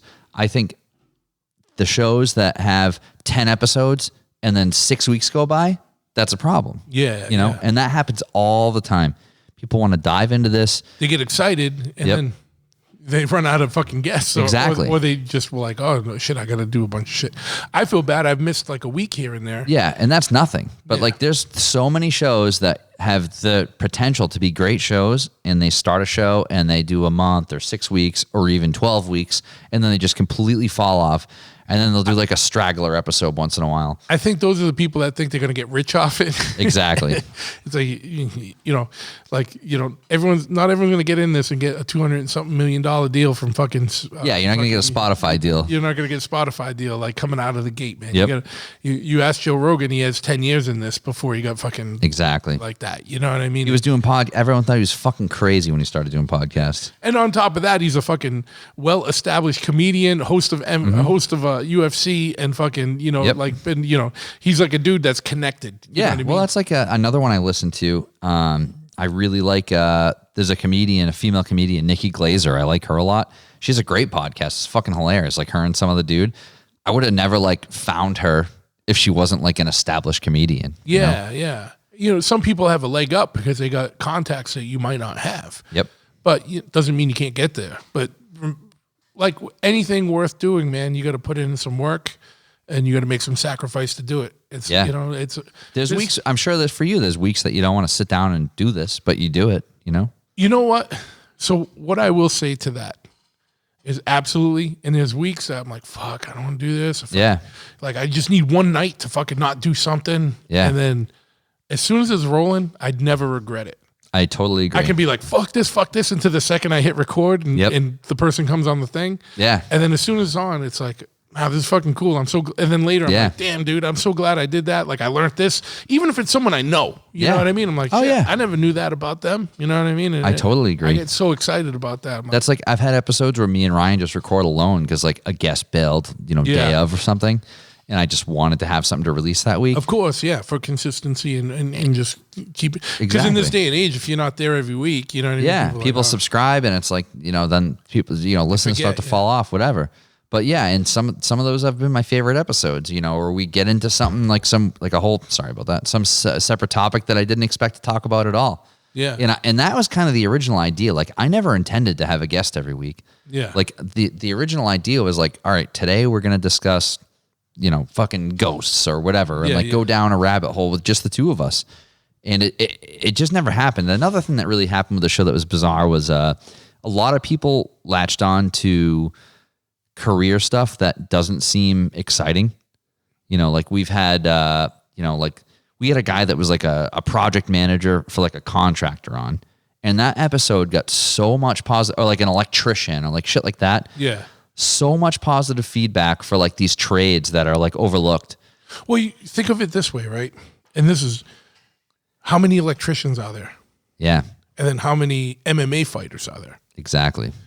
And how many electricians are interviewed and how many MMA fighters are interviewed? Yep. So MMA fighters, say there's 500, whatever, like professional full-time. Yeah. All 500 have been interviewed. Oh yeah. Electricians, there's tens and tens of thousands of them, and they don't get fucking interviewed. Nope. So that's actually really smart because you talk to them about shit, and then all the people that are electricians want to listen because they're going to support that shit because that's something they're interested in and something that is vital to them. Yep. And it's weird how it turned that way. Like we had like. Actually, one of my earlier episodes was my brother, and he sells insurance. And I was looking at it like, what's something everybody needs that they don't know shit about? Like if you own a home and you own vehicles, you own a motorcycle, like you need insurance. And half the time they're babbling on about all this coverage you don't even understand. Yeah. So we had an episode about that. And that episode, still to this day, that was up like episode 4. We're on episode like 40. I still get messages like, hey, can you like ask Craig if if I'm doing A, B, and C, should this be covered? Like Ryan, who's on our show, he had a flood in his basement and he was like renovating a bathroom and like just was like casually talking about it, like not even asking about insurance. And my brother was like, yeah, like your homeowners that you've been paying for 15 years will cover that. Yeah. Like you should call them. Yeah. Like you've been paying on this, like utilize it. Yeah. And I ended up paying for like the whole thing. Yeah, yeah. And might not. And he would have never known. Yeah, I mean, because that's practical shit for everybody. Yep. That's why I had like Will on, who's an attorney. He's a criminal attorney, but also a gun rights attorney. Yeah, Just to that kinda episode was cool. Break some of that shit down. I got my accountant's going to come on. Oh, that'll be really talk good. about tax shit. You know what I mean?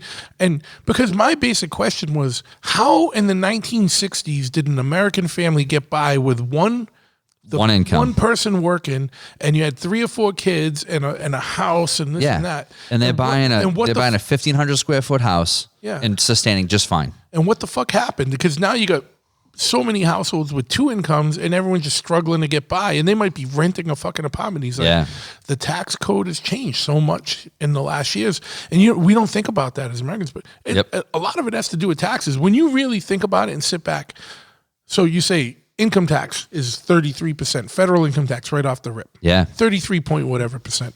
Oh, when you look at the breakdown. And then your state income tax is different, whatever percentage that is. And then every fucking thing that's a tax that isn't called a tax, they change the name so you don't think about license, registrations, fees, fucking this and that. And it's all these things are taxes on you. At the end of the day, we're paying over 50% in taxes. There's something crazy going on right now that is a great point of this that made me think of it. So have you seen the influx of these the Japanese trucks that people get, the like K trucks, the right-hand drive little teeny Mitsubishi Honda trucks?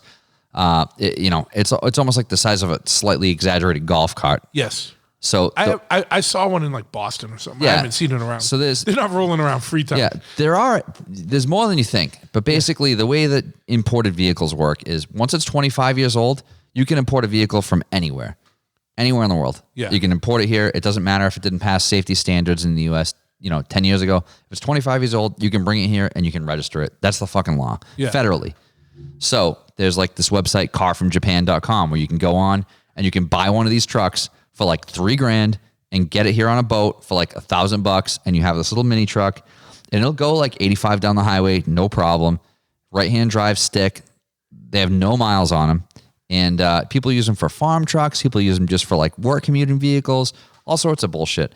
Now, a handful of states have just decided that they're going to outlaw them.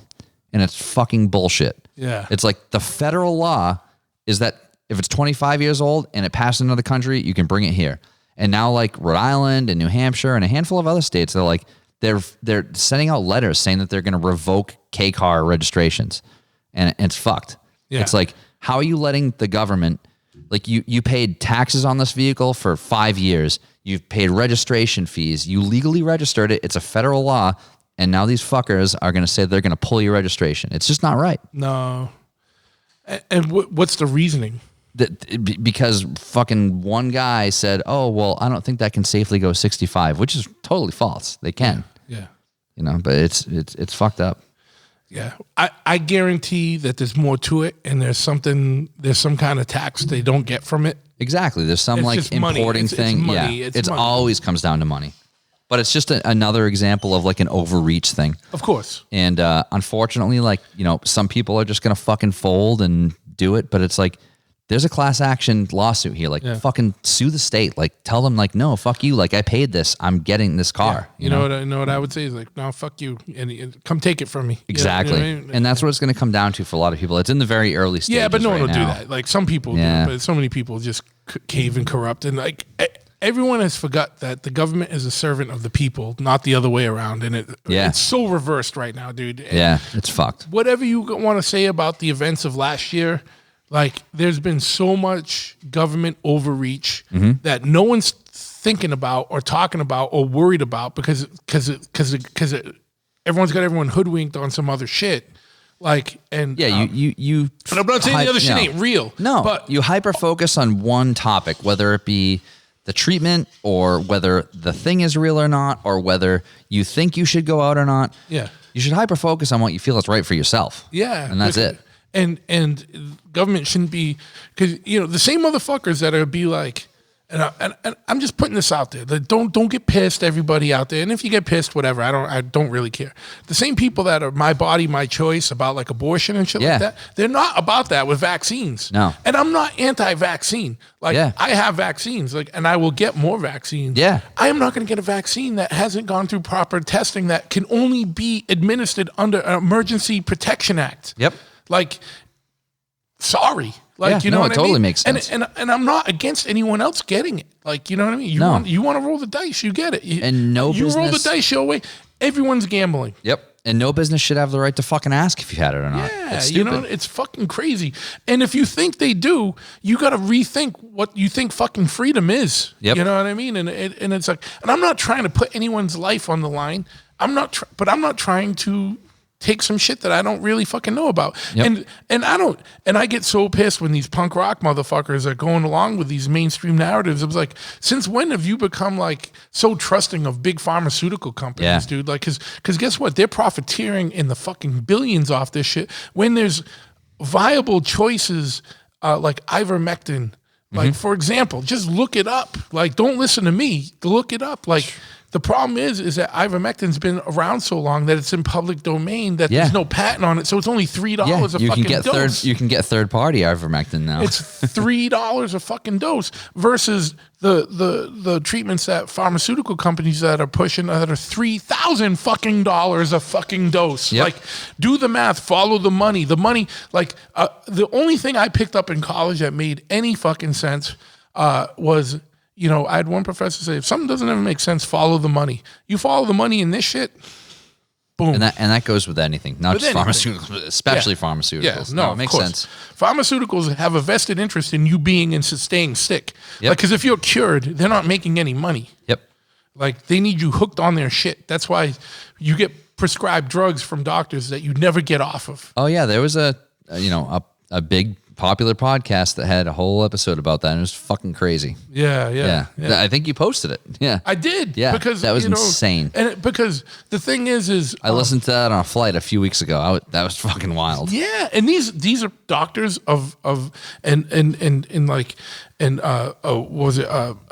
biologists, you know, evolutionary biologists and stuff like that. Like, these aren't people that are like laymen on the street like you and me, you know what I mean? So, like, don't listen to me. Fucking go do your research, you know what I mean? Like, I think and your that's research isn't CNN or Fox. And even beyond that, people's on the other end of that spectrum, people's research has become their peers' Facebook posts. Yeah, and that's not right either. Like, you need to actually do your due diligence to research whatever the fuck it is that you're worried about. And if you haven't done it, then just shut the fuck up. Yep. And don't chime in, because no one needs to hear from you. Yeah. And me too. You know what I mean? That's why we'll get on to a different topic. No, but it's a great point, and that goes back to what we were saying, even about car bullshit before. Yeah. It's like, before there was dedicated websites, now there's Facebook, and now everybody has a platform.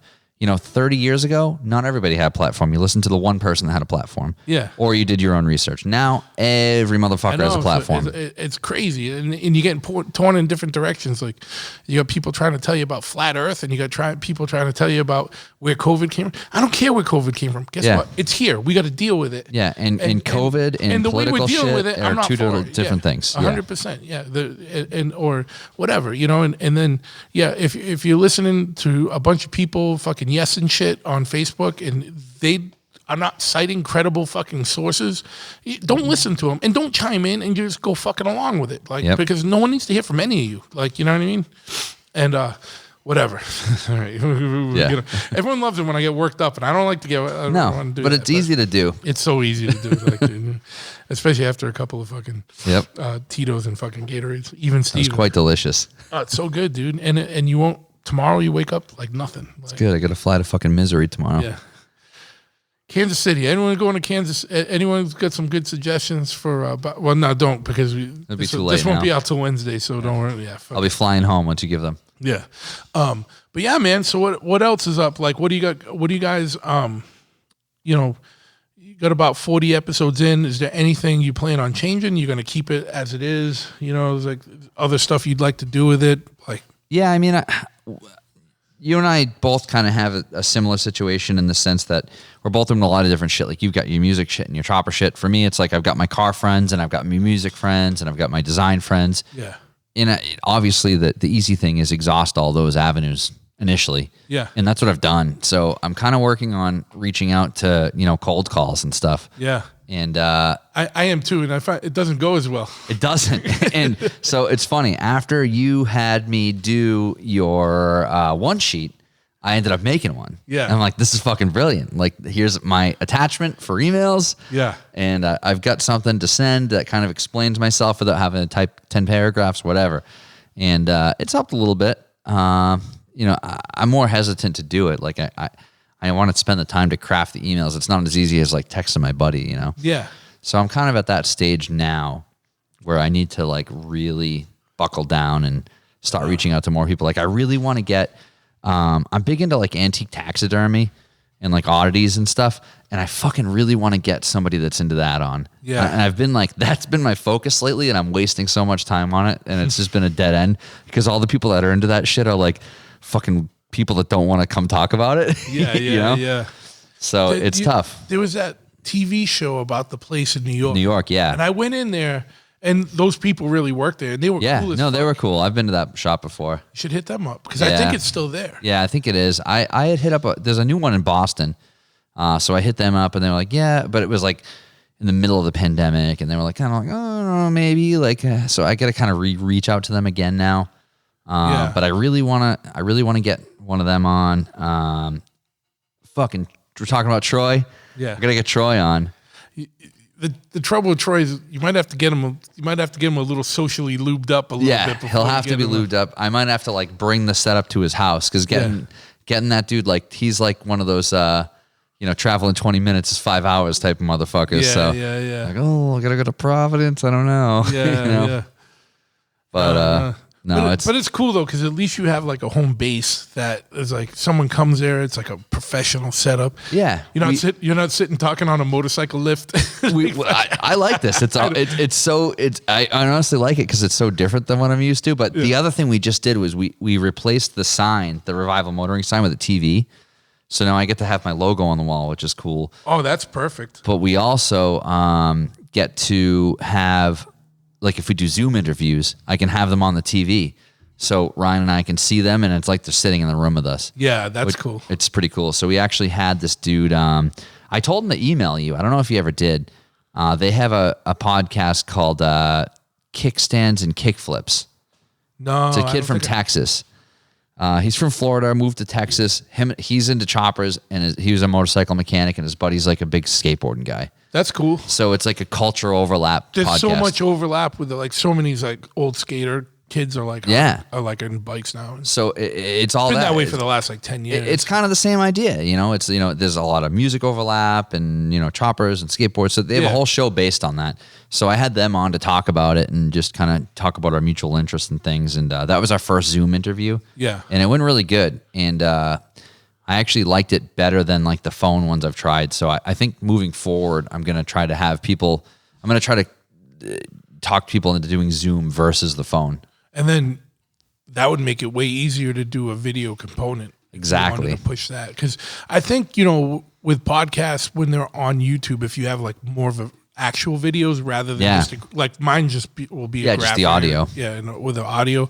Because I'm kind of archaic. I listen to podcasts. I don't watch them. Yeah, I listen to them when, like you said, when I'm driving. You know what I mean? And I was on one that's only on YouTube, which is really fucking weird to me. Yeah.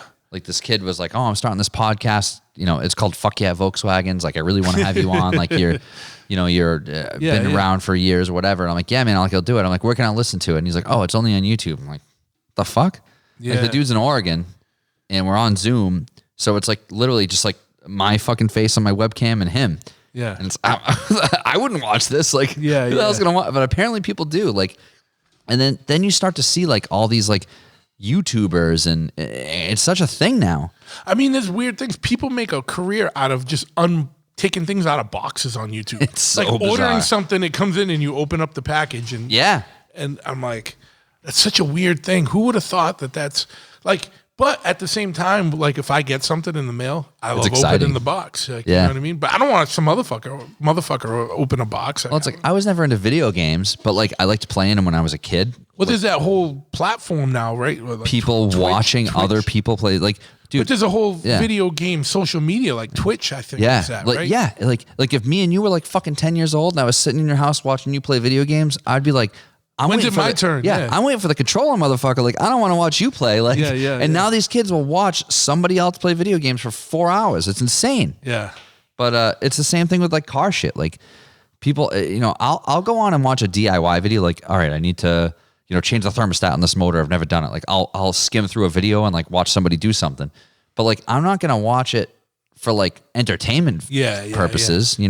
But people do. And you got to watch like 2 or 3 of them because there's some motherfuckers that don't do shit right and they just film it and it's like, that's sketchy, And I'm not saying they have nefarious fucking, ill intent behind it. It's just some people. They're doing it wrong. Have more, they have more confidence than knowledge, and so they think like, oh, someone wants to watch me do this, or it's like, here's what I'm gonna do, and then all of a sudden, like the clip changes and it's done. Yeah, it's like it doesn't actually show them doing it. Yeah. What happened in that 47 minutes in between those 2 clips? Like you throwing wrenches and fucking flipping out about shit. That's another thing that I've been trying to do more. So Revival has a YouTube channel. Besides the podcasts, we've been trying to do like vlogs weekly of just like update shit. So like I'm always like in my garage, I've got my 2 cars I'm always tinkering with. So like I'm just trying to record it. Like I'm not trying to let it distract me too much, but I'm trying to obviously make good content. So like I'm trying to like look at the camera and be like, all right, here's what I'm going to do. And then I just fucking do it. And then I'll time lapse it or speed stuff up as I need. But it's hard. Like, people that do that, it is a whole job in a way. No, audio is one thing. When you get into video, dude, it's a whole other, because like when we do like the Chop Ed TV shit and whatever. Yeah. Oh yeah. So you know that the firsthand. videos and all that. Like I can't imagine, like you almost need somebody that's their job is to do the video shit to help you out with that, because you can't really do that yourself. Like that Survivor Man show, I'm sure he's got people He's got 10 motherfuckers following him all the time. It's not just him, but even if it is, I'm gonna survive the Nile River with only a boogie board. He's just filming it. There's I think that's the one Survivor Man, right, where the guy goes out by himself and sets up the camera, and he ain't editing that shit later, dude. No, like that's a whole different that. fucking thing, And editing is way harder than just filming something. Oh yeah, That's filming why I it's don't one thing. edit. It takes so fucking long. Yeah, it's crazy. So, and to do it in a timely fashion and get it out before it's old and stale is another tough thing, Yeah. No, it's good. Like I get bored with shit, man. Like I like doing graphic design. Like that's how you and I met. Yeah. Through Josh actually. He hooked me up with you to get some design stuff you needed done, and I like doing it, but I wouldn't want to do that, 40 hours a week and then go home and do it. I like the amount that I do it. It's fun, and I like to do it for shit that I like. Like, I enjoy doing cool counterculture shit. I like doing band stuff. I like doing your stuff. I do stuff for some hot rod shops. I wouldn't want to be doing some like boring ass pamphlets for some fucking Walmart or whatever the hell. Oh, and so that brings me to one of the question that did come through on Patreon, because I put it up kind of late, so I only got one. And it was like, what kind of dick is Truth to work for, in regards to the graphic stuff? That's funny. You can answer full. There's no. Honestly, there's no. You are like one of the easiest people to work for, because we have a common understanding of the shit we're into. I feel like I have a good idea of what you like, and I think that's why it works for us. And I think if I didn't, you wouldn't have kept asking me to do your shit. Yeah. And that's the same thing with your friend Ryan Packer too. I've helped him with a handful of shit. Yeah. And he's asked me to do stuff that's like not in my wheelhouse, and I'm like, yeah, man, like I'll do it, but like you could probably find someone better to do what you're looking for. Yeah. And I try to be honest about that stuff. A lot of with artwork in general, and you work in a tattoo shop environment with one of your other businesses. Yeah. So you see that side of it in the sense of like, I'm a graphic designer. Like I'm not an illustrator. Yeah. And a tattoo artist is a tattoo artist. And sometimes there's overlap there and sometimes there's not.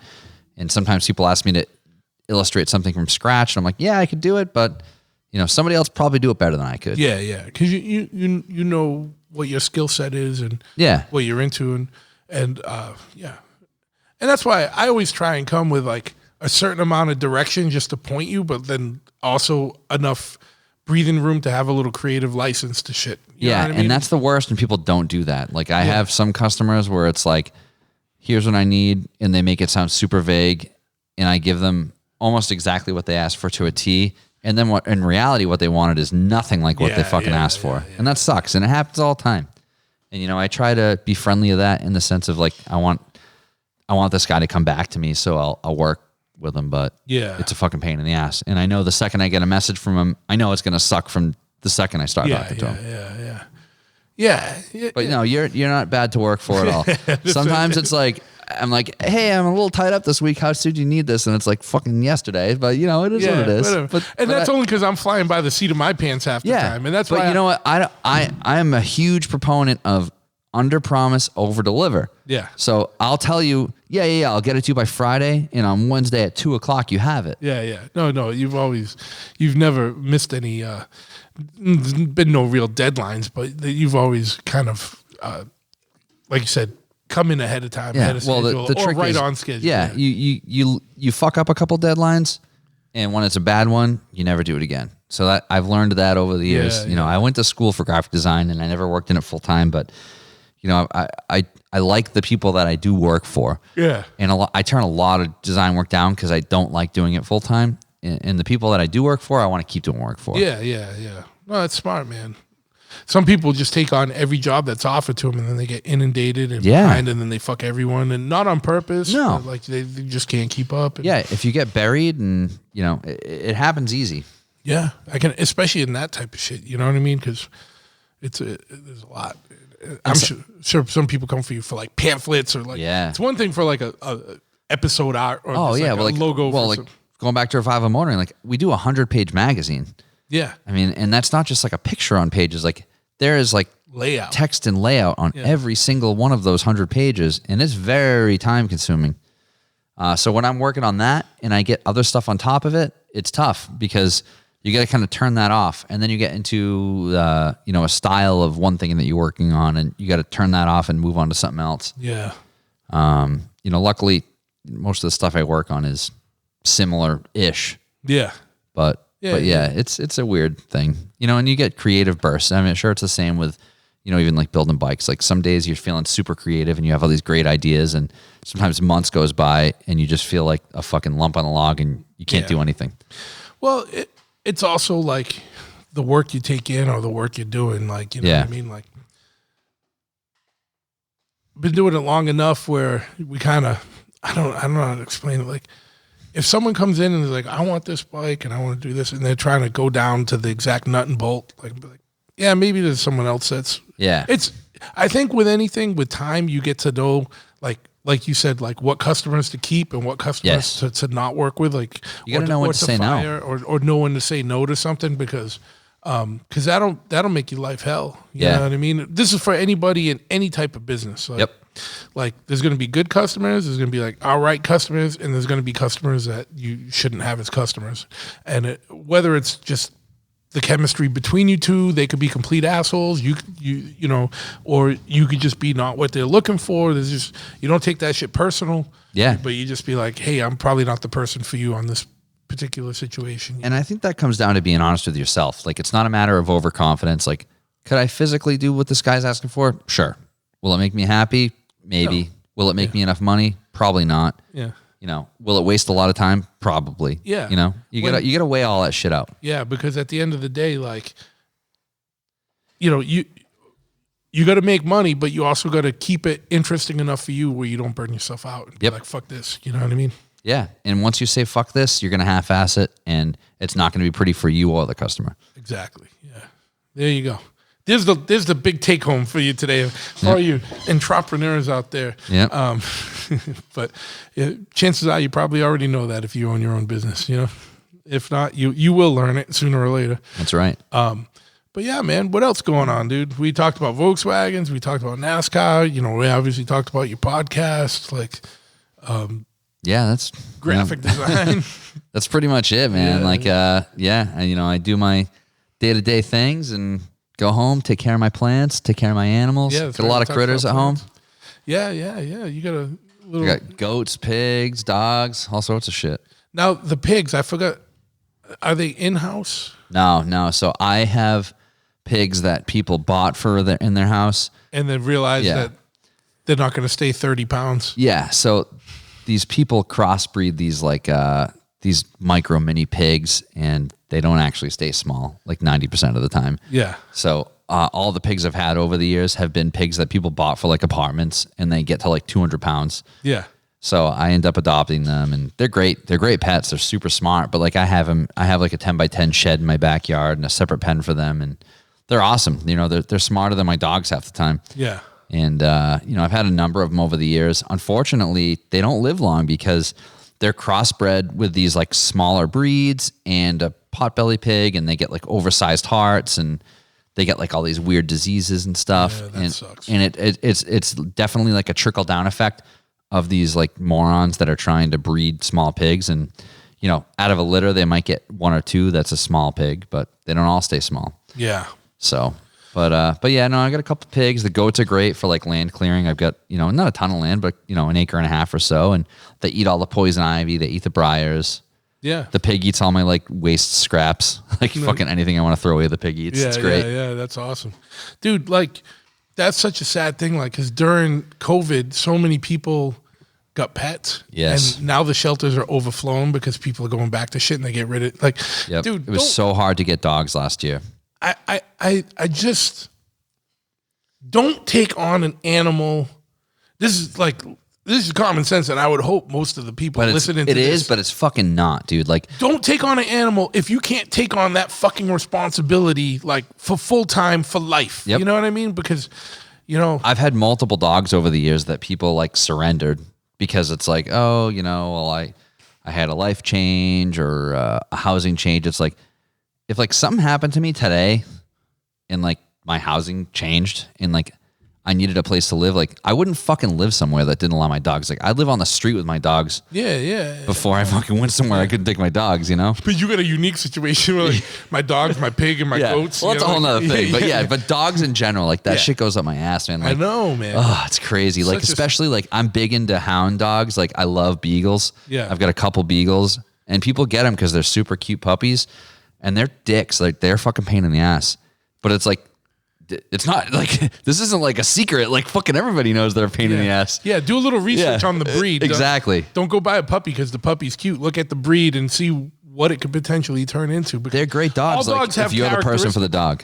All breeds have characteristics. Yep. And they're pretty well known. And there's a good chance that your dog is going to fall into that range of characteristics somewhere on that spectrum. Like I've got two beagles, and one is like the typical beagle and one's a lot more chill, but you never know. But you have to be prepared for that. Like I just adopted a lab. How are beagles dicks? Like I didn't know about that. Well, they're just really stubborn. Yeah. They're super fucking stubborn. They're super food motivated. You know, they bark a lot. Like I have one that's like the typical like noisy beagle, like that everyone's like, oh, I heard they howl and they bark a lot. Like, yeah, she does all those things. Yeah. She's a handful. But like I just adopted this like lab pit mix, which should be like a super energetic dog. And, you know, we adopted her, you know, around December, and she's like so chill. Yeah. Like I don't know if it's like we have 3 other dogs and they're all like 8 years old. Maybe she's like absorbing old dog energy or something. Taking the cues, the cues from the other dogs. But I mean, this dog should be like bouncing off the walls, and she's not. Like she's super chill. So you never know. But yeah, you got to be fully prepared for whatever situation you're going to put yourself in. Yeah, man. It's sad, man, when people, you know, to me, obviously, you know, it's not like adopting a kid, but it ain't that far off to me. Like, you know, I've never adopted a kid for that very fucking reason. Like, yeah, you know me neither. I mean? Like I don't, my life has never, you know, been in a position where like, I think I want a kid. So I haven't put myself in that position. Yeah. And the dogs, like that was one of the great guests on our show. We had my friend Andy and his girlfriend Melinda. They foster for Paws New England. Okay. And it was like wild hearing the stuff about that, man. Like their whole organization is in New England, but they work with the ones down south.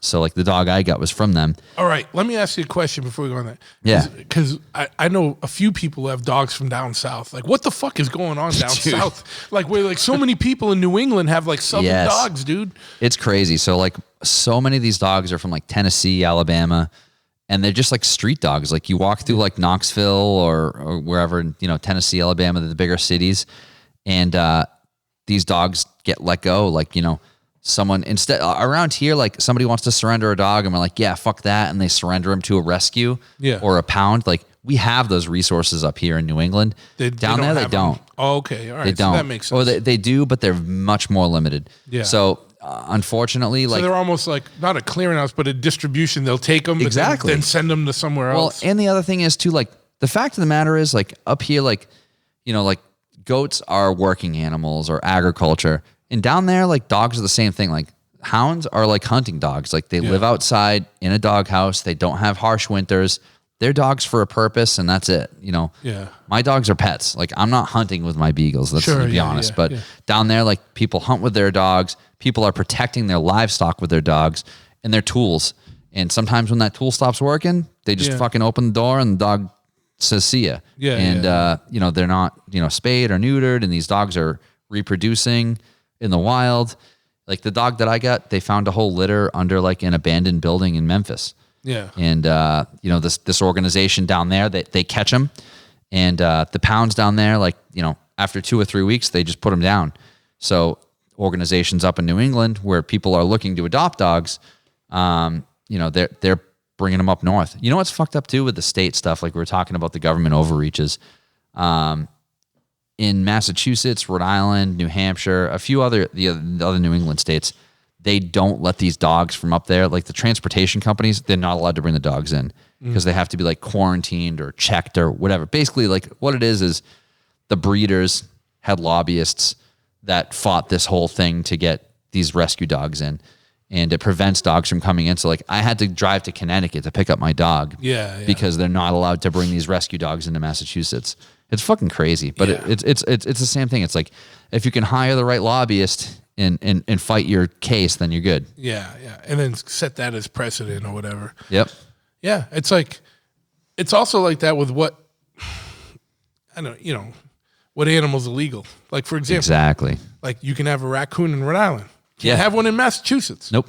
It's like why? It's like a bunch of people have pet foxes, all that kind of shit. Yeah. I think fennec foxes you can kind of have I know about all these like weird animals because I'll get obsessed for like for a while. Dude, I'm fucking obsessed with otters. I want a goddamn otter so bad. And you know what doesn't help is if you look on my Instagram, like if you look on like the things they suggest to you, it's all like weird animals and motorcycles on mine. Like on my personal page, it's like all right. Fucking bush babies, fucking otters. Mine's otters, raccoons, and Volkswagens. Yeah, and I'm like, dude, I want to fucking chop raccoons so bad, dude. Like, I'm like, goddamn.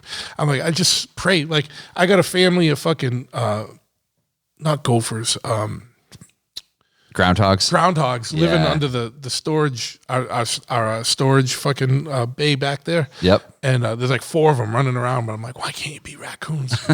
They're like baby raccoons. I want to take one of you in, like fucking. Yeah, someone I know caught a raccoon recently, a little baby. It was unbelievable. They have like little human hands. It's very cool. I just saw the video. Like once I saw the video of that, like there was like this like chubby raccoon sitting on someone's couch and it had like popcorn on its belly and it was just like eating the popcorn. Yep. I was like, that's what I want. One little motherfucker to hang out like that. I started following an otter page like that. I'm like, why the fuck can I have that? And I follow this. Is it Awesome Otter? No. If you look up Awesome Otter, it's like another one. The dude has an otter as a pet, just hangs out with them. Like it just, they're another one they eat with their hands. Yeah. They eat, there's a videos of them eating like Cheerios out of a bowl with their hands. It's crazy. It's so fucking funny. There's a lady that has a bunch of foxes I follow too. You're only seeing the video of like the awesome shit, not all the bullshit they get into when they're not filming the bullshit. Like, cause these motherfuckers about this shit. There is a Fox page I follow and she films the bullshit. Okay. Like she'll put like the videos like, like it's not all fucking great having pet foxes in your house and then just like shrouping shit. It's hilarious. Yeah. Because I guess raccoons are like they'll steal like whatever shiny shit they have, and then they'll like go hoard it. They get a little like little treasure shrine. But then they fiercely protect it. Like even though it was like your shit, they're gonna like fight you for it. Like you know what I mean? Crazy. And I'm like, That's some bullshit I could kind of deal with though. Like Yeah. it would suck in the moment, but I know I would be fucking hysterical. Like, you know, like, Yeah, you get a pile of fucking bolts. Yeah, yeah. This thing's that's blocking what I mean. you Like, from. I don't care. Take a pile of bolts. Those are grade 8, motherfucker. Each one of those is like $1. Well, that's like the pigs. Like so many people are like, oh yeah, like aren't you worried about like coyotes and fisher cats and stuff? Like those fucking pigs seem like pretty docile and slow moving, but they have these like big gnarly fangs, and I've seen them like get pissed at each other over food and stuff. I'm like, those pigs would fuck up a coyote, guaranteed. Yeah. Oh yeah, yeah. And coyotes are opportunistic. Like, yeah, could they physically jump over my fence? Sure, but like, do they want to jump over my fence to try to kill that pig, or do they want to eat like a squirrel that they can get to? Yeah, you know, like a dead squirrel. Yeah, exactly. Yeah.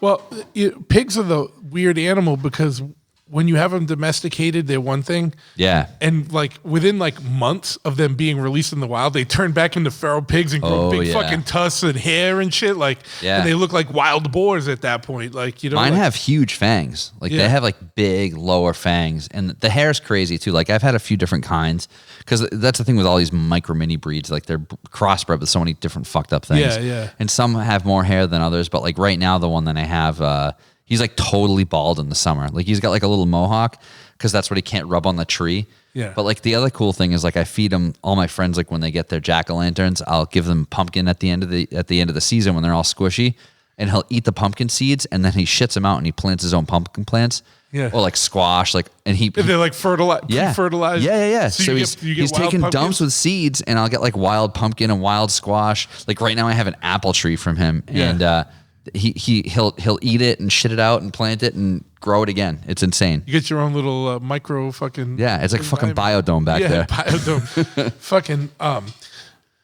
and like even though you know they're out back and they're bigger and they're not staying in the house now, they still like cool. Like you go hang out with them and shit. Yeah, Or yeah. they- I've actually let him in the house a handful of times. Like the biggest like turn off of that is he can walk upstairs, no problem. But like he can't fucking walk downstairs. Like his like weight ratio is fucked up. So like he gets weirded out walking downstairs. So like I have to pick him up when he's too heavy. Yeah. But yeah, he's come in the house. Like I let him out in the yard with the dog sometimes. But he digs holes like when it's especially when it's hot out. He'll dig to like be in the cool dirt. Yeah. So and he never digs like where there's no grass. Like he'll dig in the nice grass. Yeah. Or he'll dig like next to the fence or something.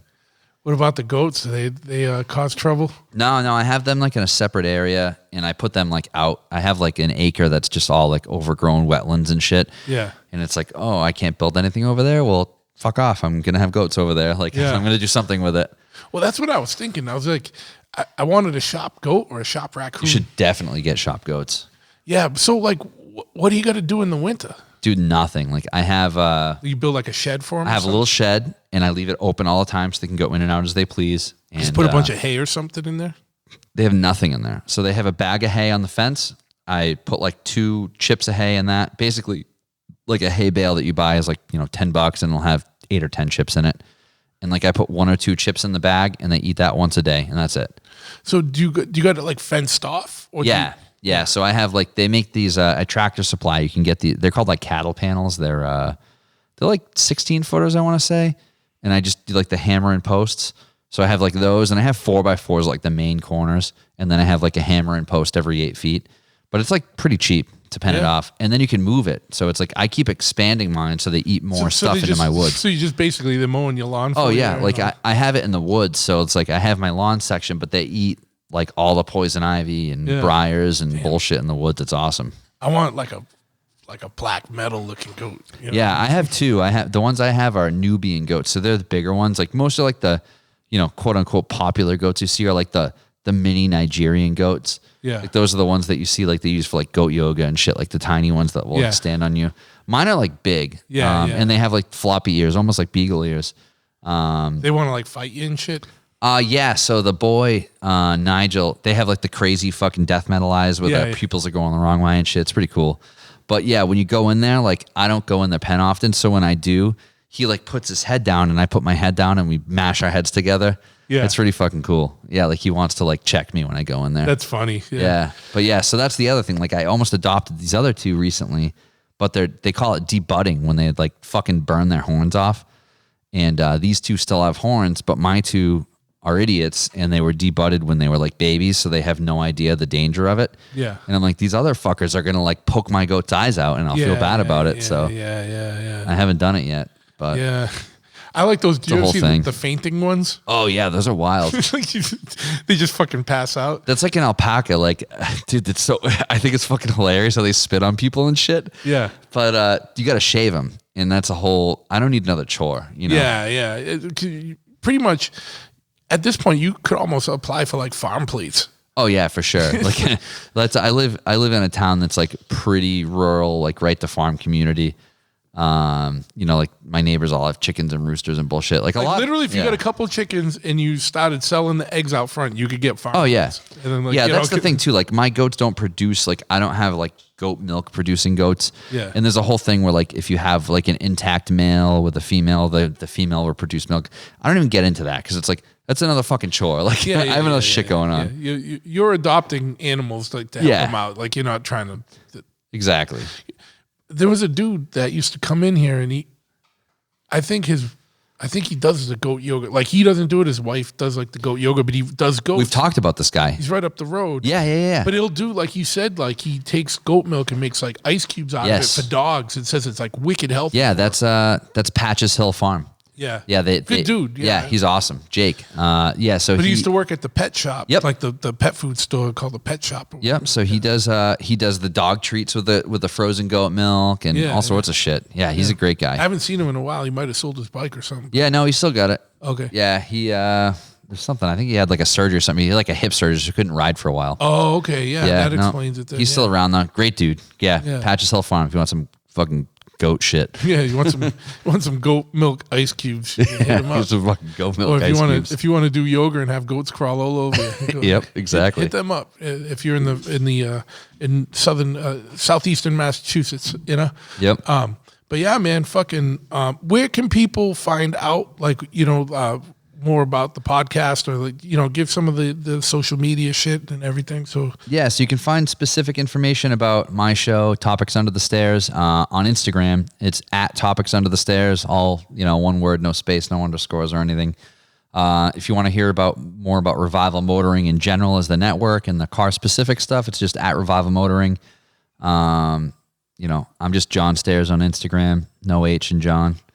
I keep that pretty updated. I don't really use other social media much, just Instagram. yeah. Now, I know your last name is Stairs. Yeah. And I think I already talked to you about this, but for the people listening, because someone's going to have a question, where'd you come up with Topics Under the Stairs? Is that an homage to the old horror movie People Under the Stairs? Exactly. So I wanted something. I wanted it to be, you know, like something with Under the Stairs, because it's just a fucking weird name. It just seemed to make sense, like with something with a name, and that was the first thing that came to mind. I'm into old horror movies, so Topics Under the Stairs just made sense. It was a play on my name, and it was open enough where we could, you know, kind of talk about whatever. So there you go. Yeah.